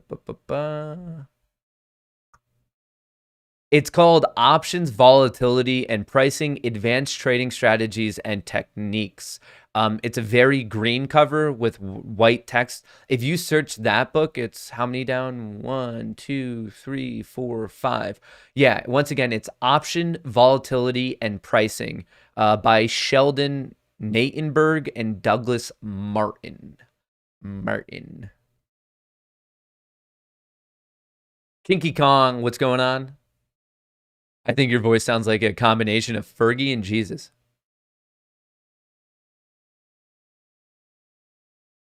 Humble servant, Matt, Keenan Grace just showed you love on his channel. Oh yeah? Well, I love him more. Sorry, I'm just overly competitive sometimes. Well, you guys can tell Keenan Grace this. Whatever he thinks he loves me, I love him by that amount plus 1. No matter what he says, you add 1 to that, and that's how much I love him. No matter what. Even if he's like, no, I love him plus 1 more on top of that. No. Mine stands at whatever he says, you add 1 to that score, and that's how much I love him. Let's see him try to beat that one. L4 custom fabrication. Hey Matt, why does Weeble tell me I have insufficient buying power when I do? Also saying to cancel open orders if I have any, trying to load up. Well, that might be why, like, some of your free capital might be tied up in a pending order. So look at your pending orders, and that might be how you could free up some of your capital. Can we get an Ortex update on AMC?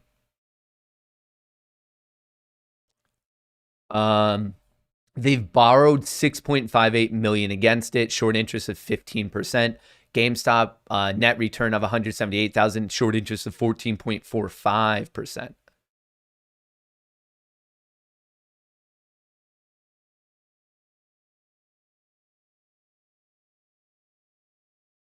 I am the Keenan Grace of furniture painting. Check IG. Tommy's touch. That sounds interesting. The Keenan Grace of furniture painting.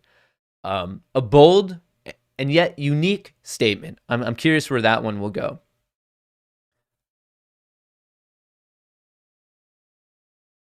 Matt, does crying in the shower burn more calories than running 3 miles? Not fitness advice, asking for a friend. The way I cry, yeah, it burns a lot. It's a very active crying session. Very, very active. And it's also just the tears, like like the saline, the salt in my tears, and then also just like the tension it puts on your face when you're crying. That's how I like keep such a young looking face. That's my secret. It's not about moisturizing. It's not about the under the eye things that like Jennifer Aniston uses or any of that. My secret to, I guess, cosmetic eternal youth is just copious amounts of crying. The strain and then just like whatever the salt and the tears does, it's great. It's great for everything. It keeps you youthful, very, very youthful. And if there's any dermatologists out there that are listening right now, if you have questions, if you want some of my expertise on it, if you want to know like a good regimen, like a good crying regimen to recommend to your patients, honestly, I'll give it to you for free. I don't even, maybe just a shout out, be like, yeah, this is like from the Moon Gang community, but like we have some cutting edge cosmetic, I guess, advice is probably the best way to put this. But yeah, it's good question. Thank you for that question.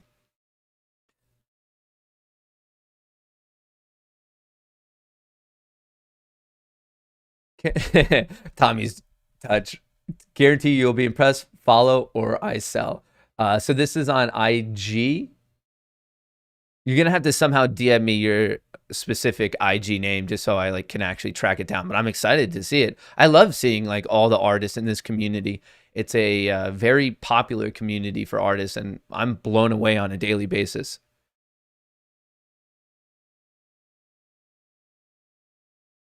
Is that why your OnlyFans is you crying?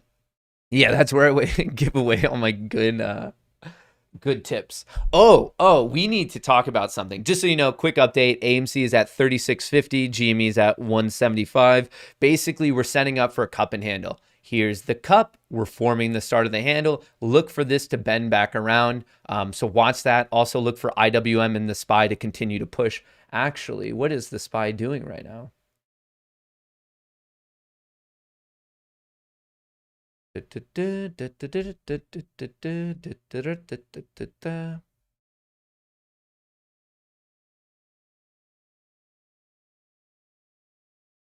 right, so SPY looking strong, looking like Arnold Schwarzenegger in his prime. IWM looking strong. We're looking for the cup and handle follow through on AMC. But I need to tell you a little bit about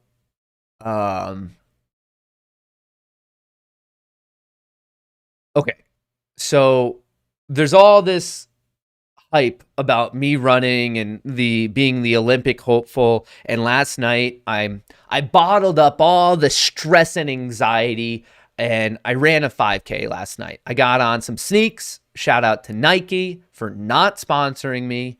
I put on some sneakers and I ran a blazing fast 30-minute 5K. I didn't have the time last night to look it up, but I believe that's medal worthy. I don't know. Maybe if it's not, maybe it's very close to the podium. It's not a 30-minute 5K. I would assume just because it felt like I was the wind. Like I felt like I was cruising along with Mother Nature. Like I was a gust of wind. Like I'm just passing everyone. And granted, it was because they were running at me, but still, I was passing people. It doesn't matter the direction in you're passing them. That's like you're splitting hairs if that's the question you have about this story. So anyway, there I am. I'm full-fledged Hidalgo. I am Tonto. I'm ripping. I am a stallion in the fields, and I'm cruising. And so I crushed this 5K, 30 minutes. I don't know. Someone can look up the stats. But I'm pretty sure that's medal worthy, especially in this Olympics where I'm assuming, I mean, I started training yesterday and the Olympics don't start until Friday. I would assume these other Olympic competitors, I doubt they've started their training session yet, is what I'm trying to say. It's Tuesday. Maybe the highly competitive ones will start tomorrow. And then other people will probably start on Thursday because the Olympics are on Friday. But my point is, I've already started training. Like, I'm in it.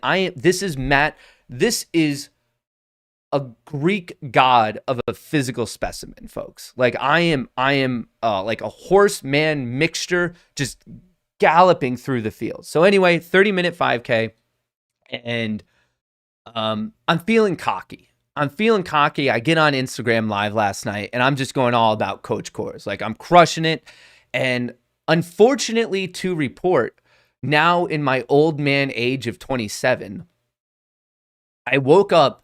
And is this just what happens when you get on the second half of your 20s? That I just have a neck pain. Like, folks, I ran and now I have a neck pain. And last time when we were talking about it, it was a random shoulder. Is this someone who's maybe lived a more full life than myself? Is this what happens that once you get past 25, it's just you say hello to random pains? Is that my life now? I came to that realization. I woke up this morning, and before I had my morning yell session of like, you're supposed to have potential, I came to the realization that this might be my life. Like if I do anything physical, and I mean anything, including sitting in this chair for multiple hours, I think your life becomes random pains on a weekly basis. That was just like a thought I had. And so like, I just want you to know that Coach Kohrs came over like a little bit cocky. Like, I'm going to be honest, like I'm feeling good. I ran. I'm not one of these people who goes on about running endorphins. No. First of all, hang on. I'm about to go like, I don't know, a little bit off the course of this story. Like it's not going to be that linear, but let me just very quick side rant. Anyone out there who's like, oh, no, I feel so good when I'm running. Like I run and then I get to a point and I feel really good running endorphins. No, you don't. That is a lie created by the running industry to try to get like your other friends and family to run. Be like, it feels so good. I have all these. No, it doesn't. You know what happens to me? Every single step I take, I'm like, wow, I hate running. That every single step I'm running, I think I hated that more than the previous step. And then there's people coming at me like, running so good. It's so healthy. Good for cardiovascular endurance. You get this runner's high. You're going to feel good about. No, like, just be honest to me. You're doing it because doctors tell us it's healthy. And maybe it is, maybe it isn't. I mean, I've seen some articles. I've read some articles on The Onion saying that maybe running isn't that healthy. So let's say running has mixed reviews. Like at minimum, let's say running has mixed reviews. My source is The Onion. But anyway, anyone who's out there, and I'm sure there's some people in chat right now that are all like, no. Like once you get to a certain point, you break through that mental wall, you break through that physical wall, and you just feel good. You go on autopilot mode. No. Like I just don't believe it. It's like basically what I'm saying. I don't think there's actually legitimately thing as I think it's a big conspiracy created by the running industry. You know who created this concept of a runner's high? Sneaker selling companies, running companies, the Olympics. It's all a giant conspiracy. That's my opinion. Right or wrong, you're going to have a lot of evidence to show me that I am wrong. But anyway, back to my story about Coach Kohrs. So I'm getting all cocky on Instagram Live, bragging about my 30-minute 5K. I'm cruising. That's around a 10-minute mile. And Like that's fast. That's not an Olympic hopeful. That's like someone who gets put on a Wheaties box, folks. That's it. Yes, I'm a multifaceted individual. I know about ducks and I know about running. Like I'm a double threat. But anyway, I need to know from more of like the silverbacks in this community, is this my life now? Am I just going to have random pains? Like, I'm not one of these people who's like, oh, my knee hurts. Not yet. My pains are more upper body, but is like, does it just randomly appear? Like one day it's your knee and like the next day it's your neck. Like, and I feel like they start from random things as well. Like super, super random things of like, man, badminton at that barbecue last weekend got tough. Like, too bad my back's going to be thrown out for half a year now. Like, I feel someone should have thought a bit better when designing the human body. Like, I wish we were a bit more robust. I don't know. We need to talk about to the designer about this, like of these things are bodies, but robustness was obviously like a secondary thought. But all right. So that was my whole digression about Coach Kohrs. AMC looking good at 36.64, GME at 176, the SPY popping. Ooh, did I get filled on that in my rant? I did. Sweet, sweet, sweet. Oh, wait, did I? Yeah, I did. Okay, so I locked in 5K, $5,025. Sweet, sweet, sweet. Ooh. My net on the day is less. Where was my losing trade? Something lost me money. Something. The SPY is cruising.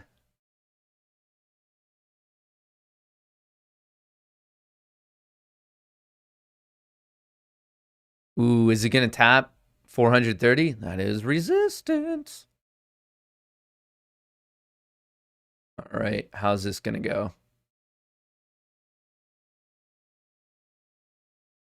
I don't have the available funds. Lies. All lies.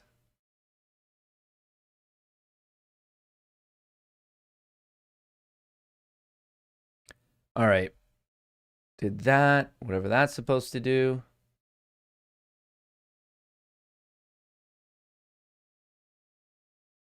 Good. Here we go. The cup and handle building out. Here's the cup. Here's the handle. The difference in this scenario of why this isn't necessarily George W. Well, first of all, the arguments kind of go both ways.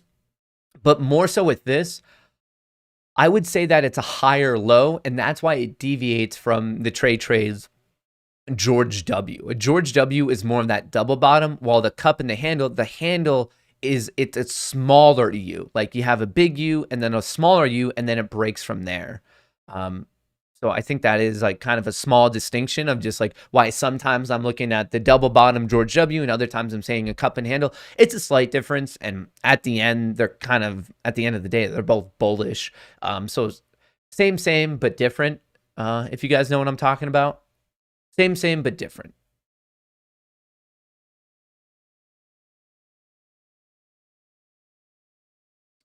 And I'm only 30 at 25. I decided I could no longer ride a skateboard. So it's a shoe shill.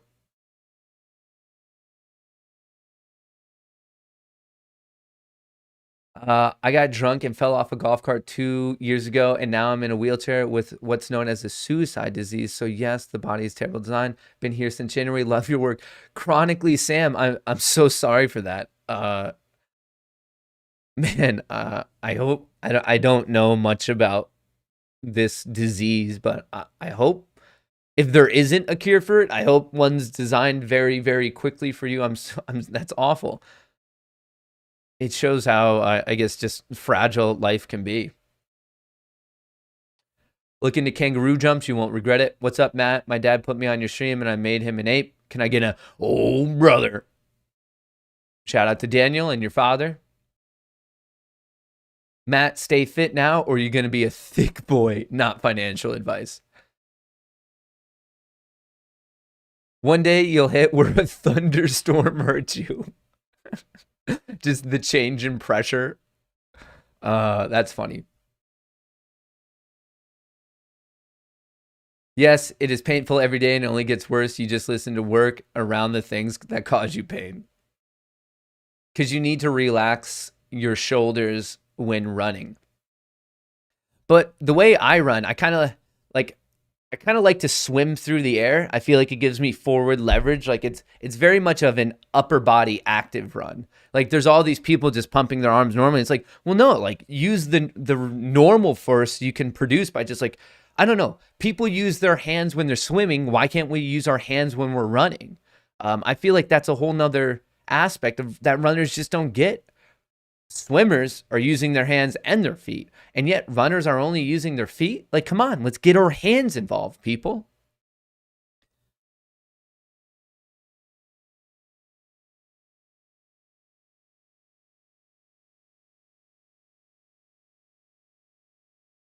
Todd Landon, Matt, I was a career infantry soldier leader, 20 years active duty, and ran on the Army 10-mile team. Wounded my last tour, endurance pays, Google me.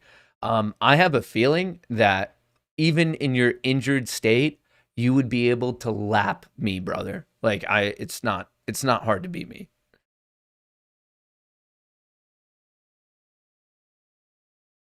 Devin's Law, yep, try after 40.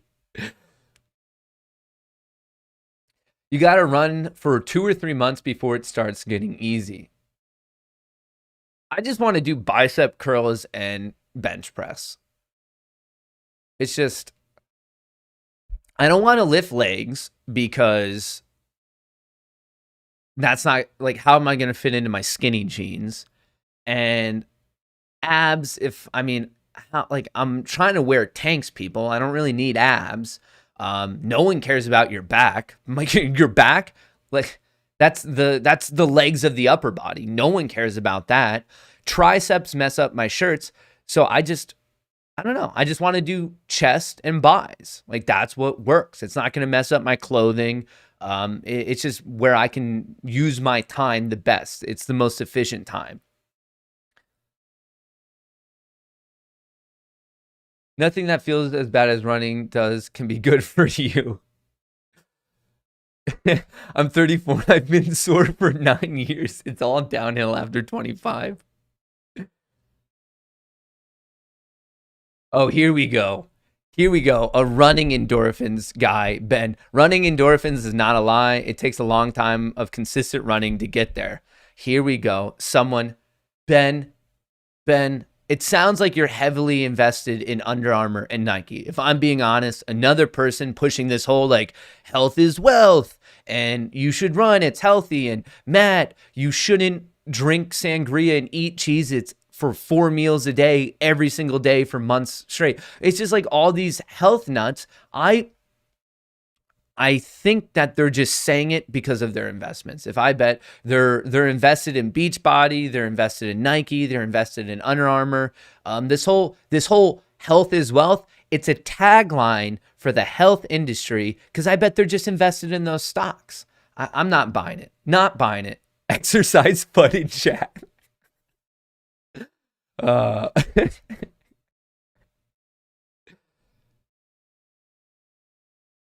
It's normally about 30s, mid-20s. You're screwed. Matt, I'm 43. No lie. Sometimes when I fart, I get a pain in my upper back between my shoulders.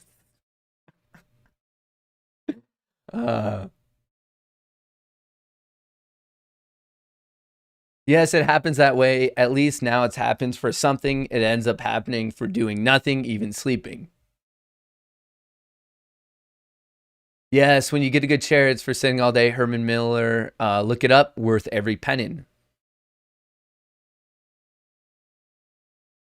I bet if you decided to just book it running to Tokyo, you'd be there in time to collect your gold medal once the opening ceremony is concluded. You ever do a Ranger relay? Holy crap, that was hard. I haven't heard of a Ranger relay, but just from its name, it sounds notably difficult. So I'm just going to trust you on that one, that it is very difficult.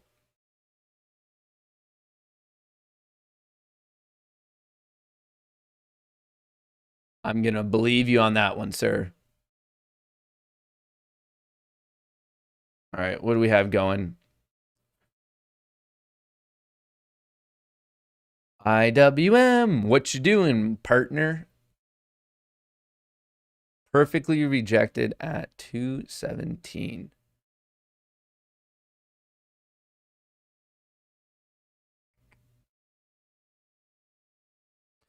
Let's see if we break the 217 mark. Should help with AMC. So look at this kind of interesting psychological thing we have going on right now in AMC's chart.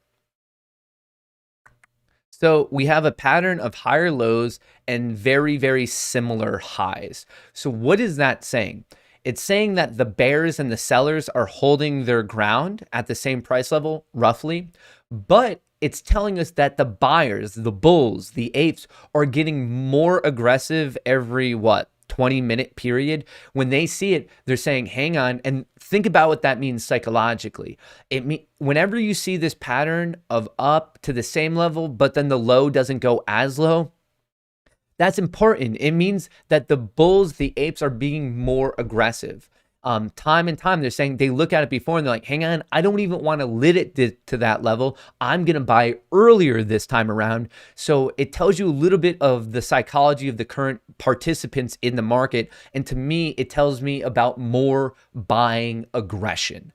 The bears are holding the line, so we're seeing if we can crack that wall. But every time the bulls are getting more and more aggressive, the apes are getting more and more aggressive.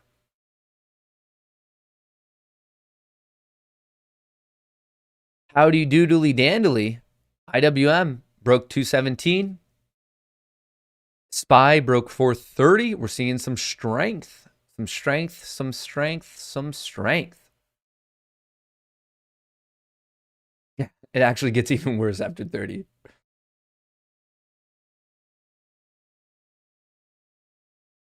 El Randall, what's going on? I heard Matt is going to start selling his tears for 1,000 in tiny bottles. Pass it on. Today is now sponsored by Matt's Tears. Boy, do I have a new product for all of you. I'm opening my own eye cream line, and it's basically just aloe and my tears. It's close, but it's actually Dutch tulip. What's going on, Ben? Tommy's Touch. At Tommy's Touch. It's a pic of me in my weird glasses. All right, let me write that down, and I'll do it off stream. Tommy's Touch. Got it.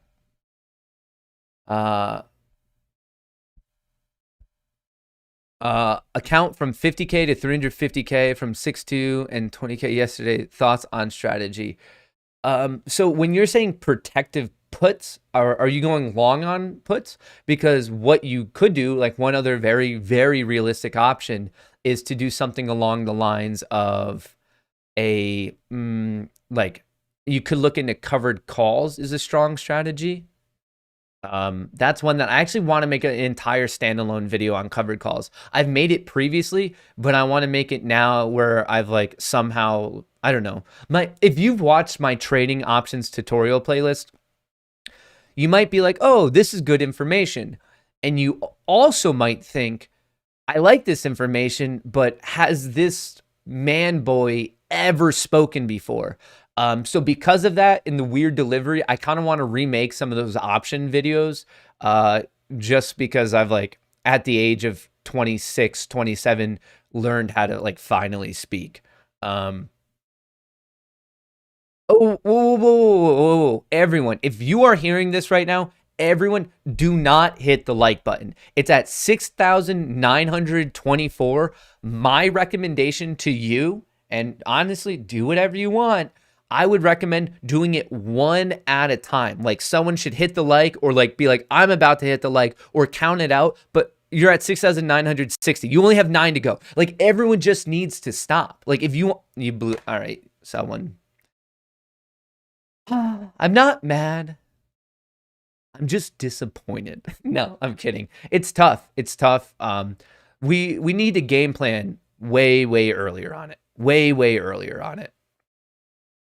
Hey, we'll have the afternoon session to give it another whirl, but we need to think of like a very specific, methodical way to do it where one at a time it's possible. That happened way too quick. But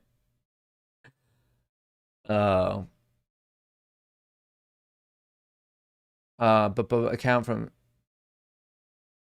and 20K and 20K yesterday. Thoughts on strategy, Rick? Anyway, back to you. I would recommend kind of, I don't know what you specifically, well, I know what you mean with protective puts, but I would want to know a little bit about your methodology of how you're picking them, the dates, like what volatility environments, because there are various ways to hedge with calls and or puts.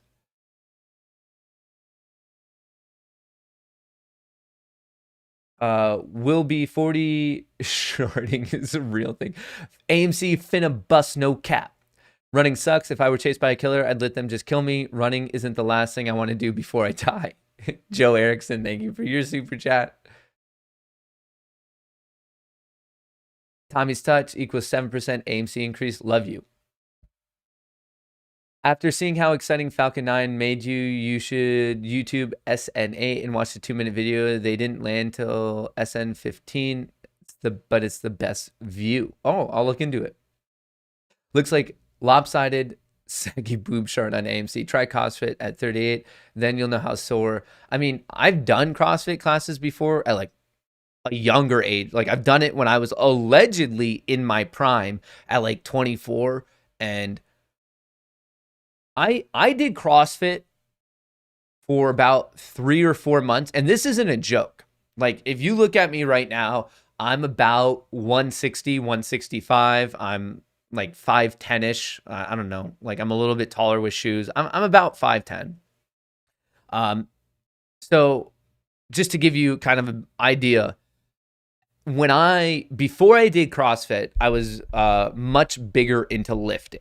So at that point, I was probably 185-ish, roughly 185-ish, maybe give or take a couple pounds, depending on what I was doing in my life. And I was like, you know what? I've been lifting for too long. Like I had that like kind of bloated jelly bean look. Like I wasn't like a cut 185. I was like, I should try to lean out and I'll try CrossFit. And I did CrossFit for about 3 months. And I am not kidding. I actually gained weight. So like in my mind, I was like, oh, I need to eat more. Like I'm burning all these calories. And I ended up overeating. And I went to the doctors once. This is completely true. I went to the doctors, and granted, I had my clothes on, my shoes on. They're like, yeah, we want to get your weight. And they're like, you weigh 205. And I was like, you're fucking kidding me. And they're like, no, like you seriously weigh 205. And I was like, no way. And then I took off my shoes and my belt, and they weighed me. I was like, I need to know my weight. And I was like 197, 198. So my history with CrossFit is that it makes you fat. That is my personal, and like, I'm not saying this of like, oh, I was 200 pounds ripped. No, I did not look good. Like this wasn't like I had like muscles on muscles. Like I had like a bloated look, and I was overeating. And my theory, my like one data point is that CrossFit makes you fat. Like thick Kohrs. It was definitely a thick Kohrs point in my life. All right, AMC, we're seeing some boom candles. Boom goes the dynamite. New intraday high, 37.41.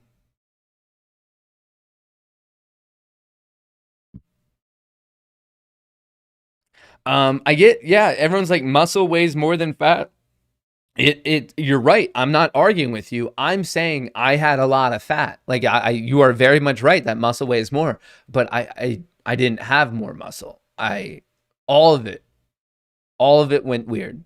Thick Kohrs was not Kohrs light. It was very much Kohrs heavy. The dark stout of my Kohrs career.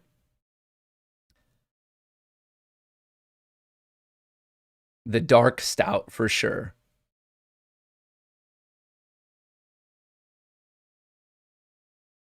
Yeah, runner's high after an hour is great, but have you ever experienced endorphins released instantly when you eat a Krispy Kreme?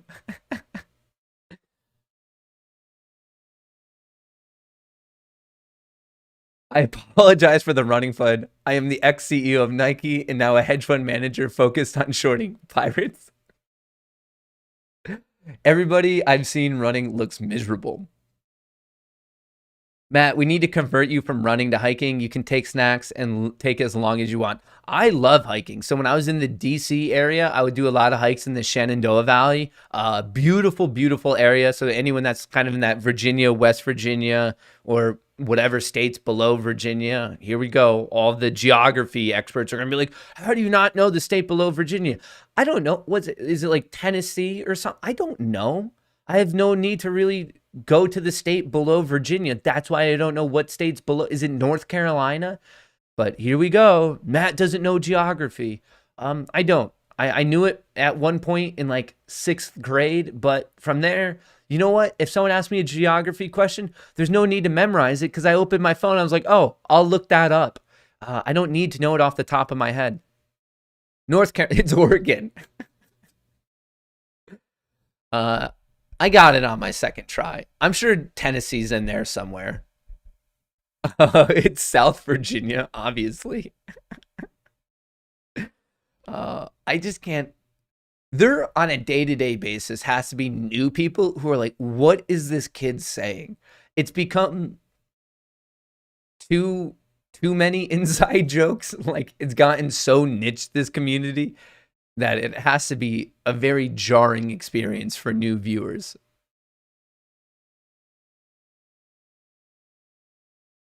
Shout out to Nate.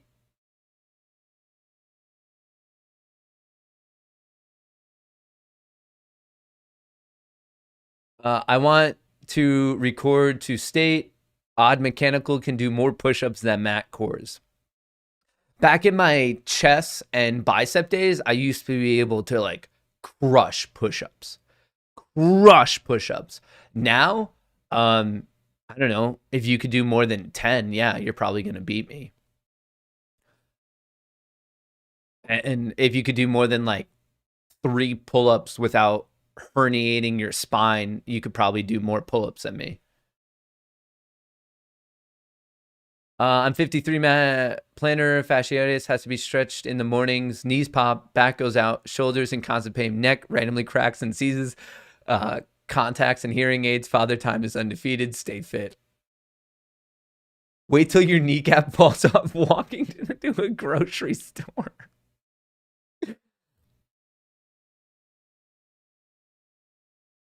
El Rando, oh, Matt, take it from a former college track spinner jumper. Your hands are integral to your running. Thank you. I have a college athlete supporting my stance that I love getting the hands involved. And also, one thing that I think is highly understated, I want to see more physical combat, like contact in the track and field arena. This concept of not being able, like everyone has to stay in their lane. No. I know with longer distance, there's a little bit more, I guess, physical contact, a little bit more bumping and jockeying for position. I want to see that across the board in all track and field events. I don't want it just to be medium to long distance. I want it to be sprinters. I want it to be jumpers. I want it to be shot put. I want it to be javelin, hurdles. I think contact should be allowed across the board. And I also think, in the same vein, I was thinking about this a lot over the weekend. I want, in baseball, I think you should be able to carry your bat with you. And I think the baseman should also have bats. I think first, second, and third base and the batter at all times should have a bat in their hands just to see what happens. I don't know. If there's any big, like, if generically, if sports wants to sponsor this channel, like, hey, today's stream is brought to you by sports. I have a lot of sports ideas of how we could like make them a little bit more entertaining for the public to watch. So if there's some big sports business conglomerate out there that happens to be watching this right now, feel free to reach out to my mom. She's my manager. she handles all of my business and modeling requests. And I'll just get a write-up for you so you can like get a little sneak peek about my generic sports ideas.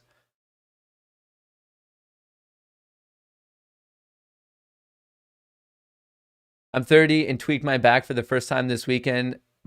Moving boxes. I've been hobbling around wondering if I will ever smile again. I feel for you, Alan. I'm sure a lot of people will just tell you in here that you just need yoga, man. Just yoga. Yoga, I don't know. I don't know if it's true or not. I feel for you. Whoa. Well, that's not good. All right. AMC looking strong, strong, strong. Strong, strong, strong. 37.12.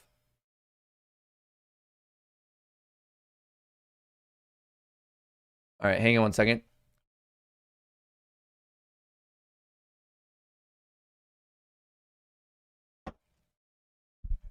Bowling opponents should be able to play defense and try to block the ball. Just saying.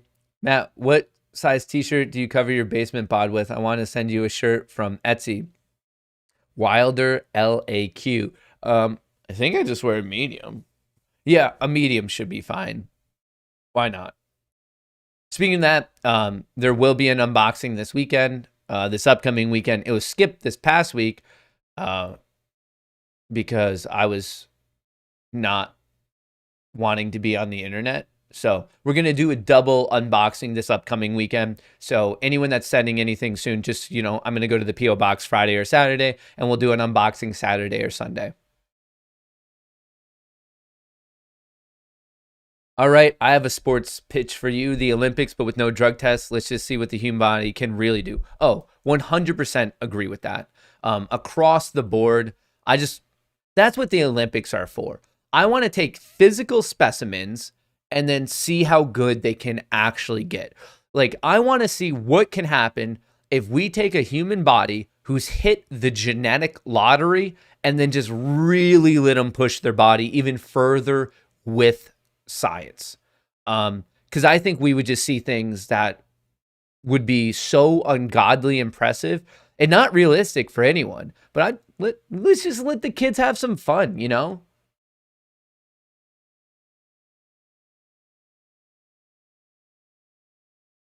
I played baseball at UCF. Baseball should be like Slugfest for the OG Xbox. Seriously, we are apes covered in mud. My brain, wow, 10 hours of uninterrupted sleep. I'm going to feel so rested and great today. My neck, yeah, about that. Battle Royale baseball?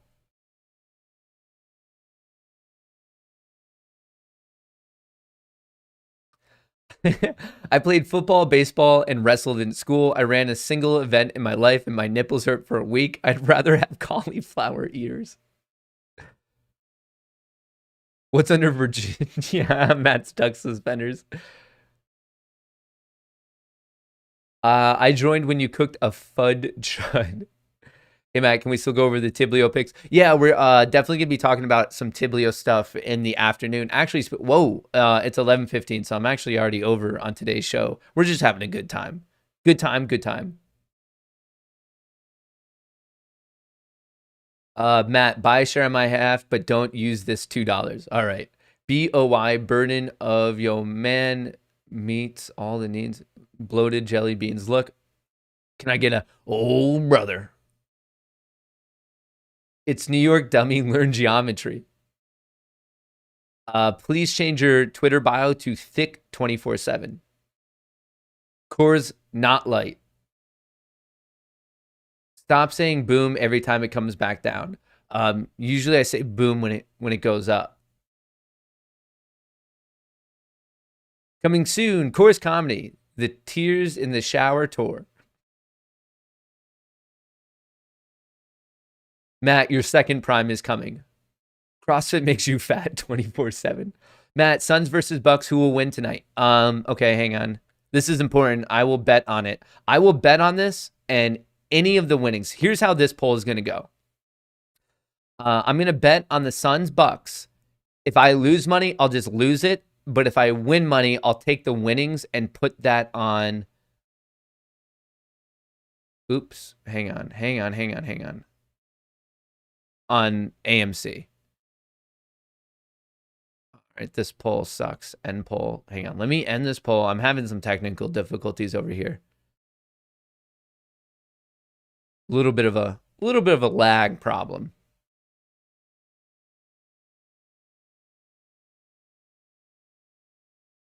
All right, can I make this poll? So, if you know basketball, or better yet, if you don't know basketball, who you got? Suns.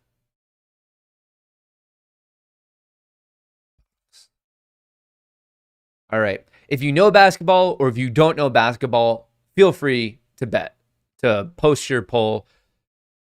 And this is what we're doing.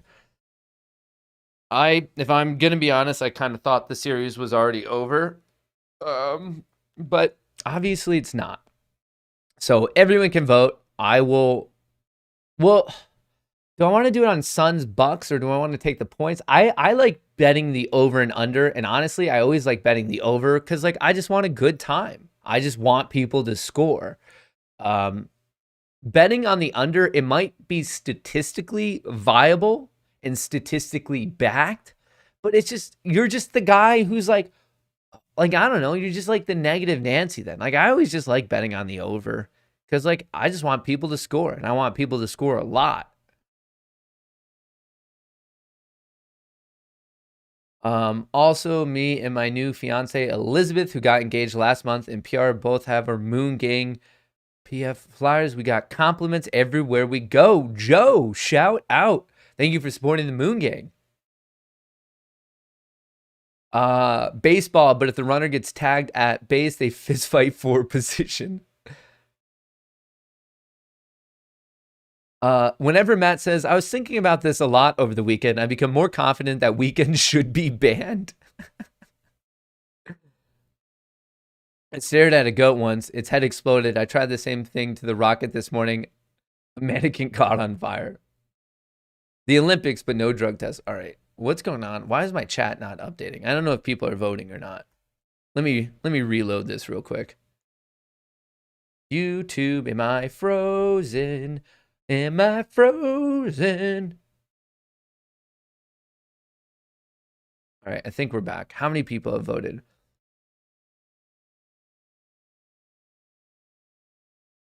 I think we're back.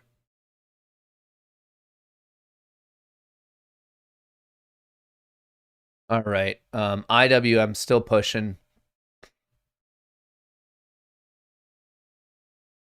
Still pushing.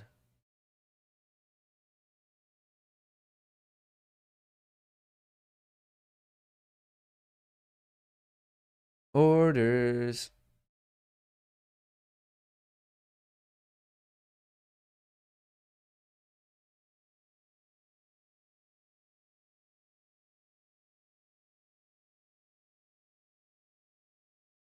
Whoa. That doesn't make sense.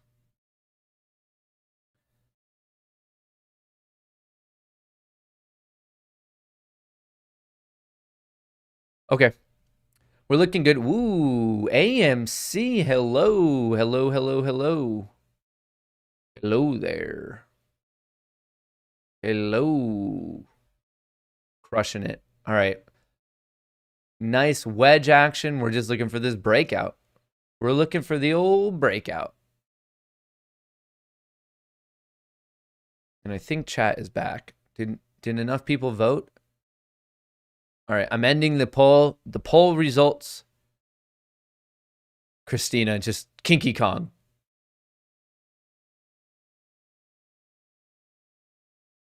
Not a hedge fund.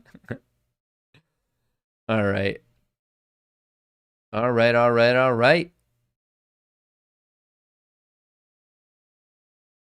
Just to reiterate, I am bullish on S&P and IWM still for the remainder of the day. GME's looking good, hit 180, it's at 179.50 right now. AMC's finna make a new intraday high, make that run to like the 38, 39 region. Things are looking spicy, folks. Things are looking spicy. Things are looking all sorts of spicy.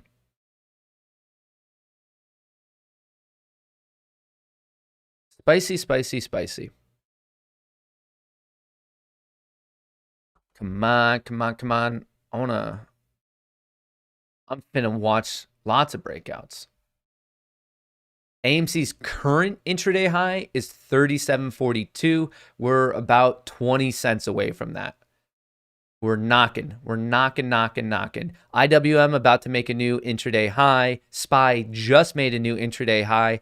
High. Turn around Tuesday. Turn around Tuesday.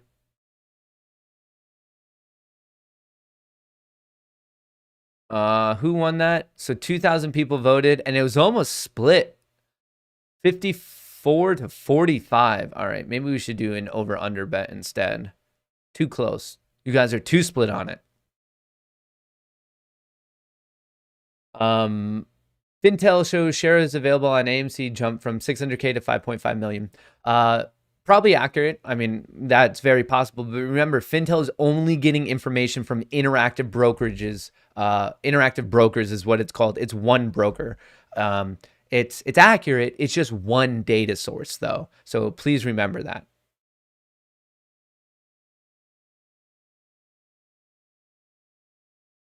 Important note. All right, AMC.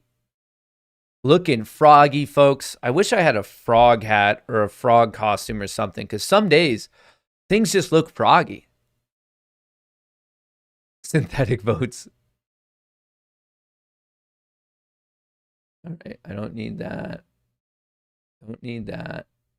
Don't need this. Don't need that.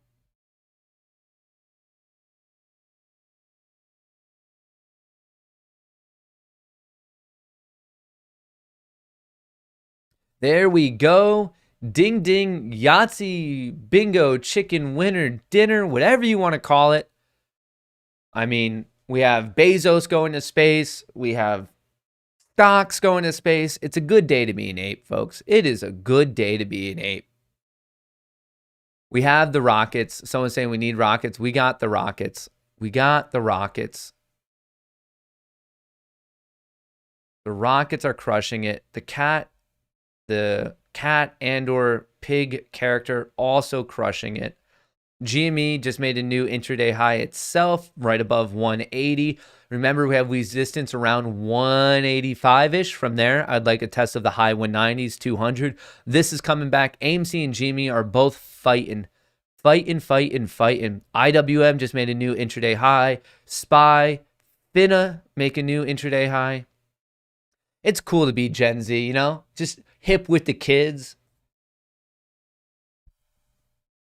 Just a lonely ape who enjoys long walks on the moon. I love popcorn and bananas, looking for female apes to hodl hands.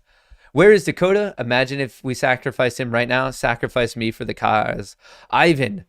I don't know if we have to sacrifice you. Your message alone is causing AMC to rocket.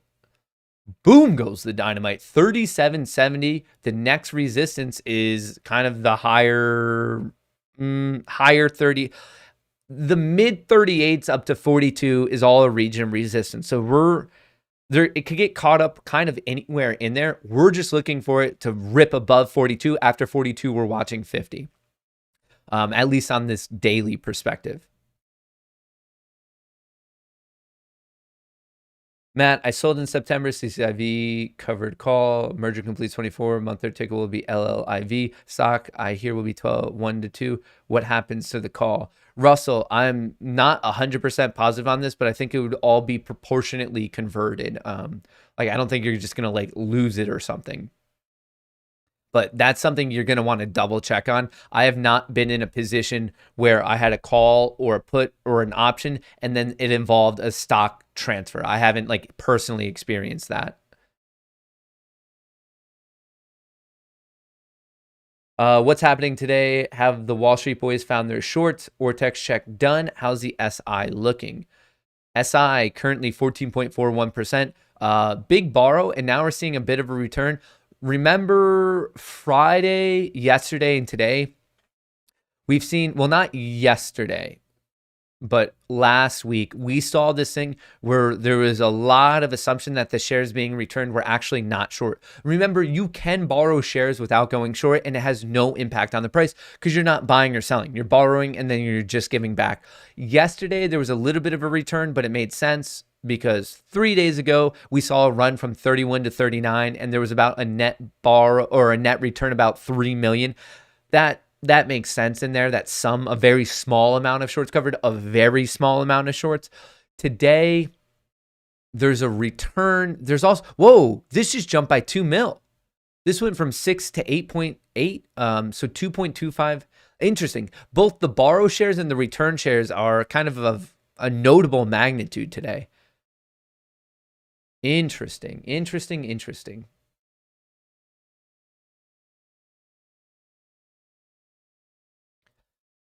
AMC popping. Turnaround Tuesday, folks. You gotta love it. You gotta love Turnaround Tuesday. Volume going boom. AMC hit 37.35, currently up 8.8% on the day, making some money. Making some money, honey. That's what Turnaround Tuesday is all for.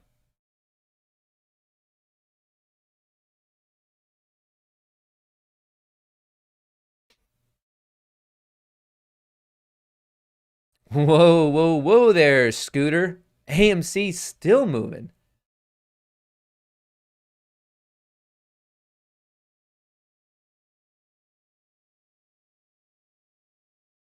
Moving. 37.83. We're looking for 38 psychological level. But like I said, remember, resistance is more of like the mid 38s, kind of up to 42 is what I would personally recommend. That's what I'm paying attention to, at least. I mean, obviously, you guys got to do what you want to do. Matt, watching the live stream today is affecting. Can you help me? Apes to Planet X. Sorry, guys, if it hits 100K, I'm paper handing it. LMAO. Can you show who's in the money right now? Who's in the money? We don't have the information like that of like, oh, okay, this group of shorts are covered, but these ones haven't. We just have like averages, not necessarily like info from specific players. Kinky Kong. Love the voice of a nasal angel saying my name.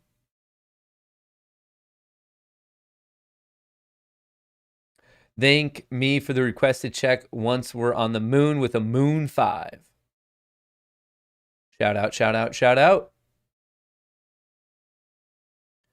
All right, folks, here is the dealio. It is 11:30. What I'm going to do, that's it for this morning session. I will be back. I'll be back at 2. If things get crazy, I might come on. Like if there's a crazy run, I'll come on. But what I need to do is I'm going to prep, trying to figure out some things I want to teach for the afternoon session, get some lunch. And also, if you're in the Discord, I'm going to be hanging out with you guys today, mid-session, answering whatever questions you have. I might even hop on. I don't know.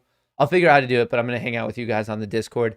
So overall, thanks for hanging out for the morning session. I will be back at latest at 2 p.m. Eastern today. We're going to do, I don't know, we're going to talk about either something with the options market. We'll talk about something, and then we're going to also watch Power Hour. But I want to like kind of structure these episodes where I can teach something unique every single episode. If you haven't gotten your free trial with Benzinga, check it out. It's pinned to the top of chat. They're the ones who allowed us to watch the literal rocket ship take off this morning, go to space, and come back. So if you haven't done that free trial yet, it's pinned to the top of chat. Thank you for the likes. Thank you for the subs. I appreciate that. Your support, your continued support is absolutely amazing. Thank you guys. What I'm going to do is I'm just going to go, I don't know, get ready, eat some lunch, but thank you. It looks like it's an amazing day, and I'm very, very excited to see what the afternoon actually brings. So remember, from me and Chair, best of luck in the markets.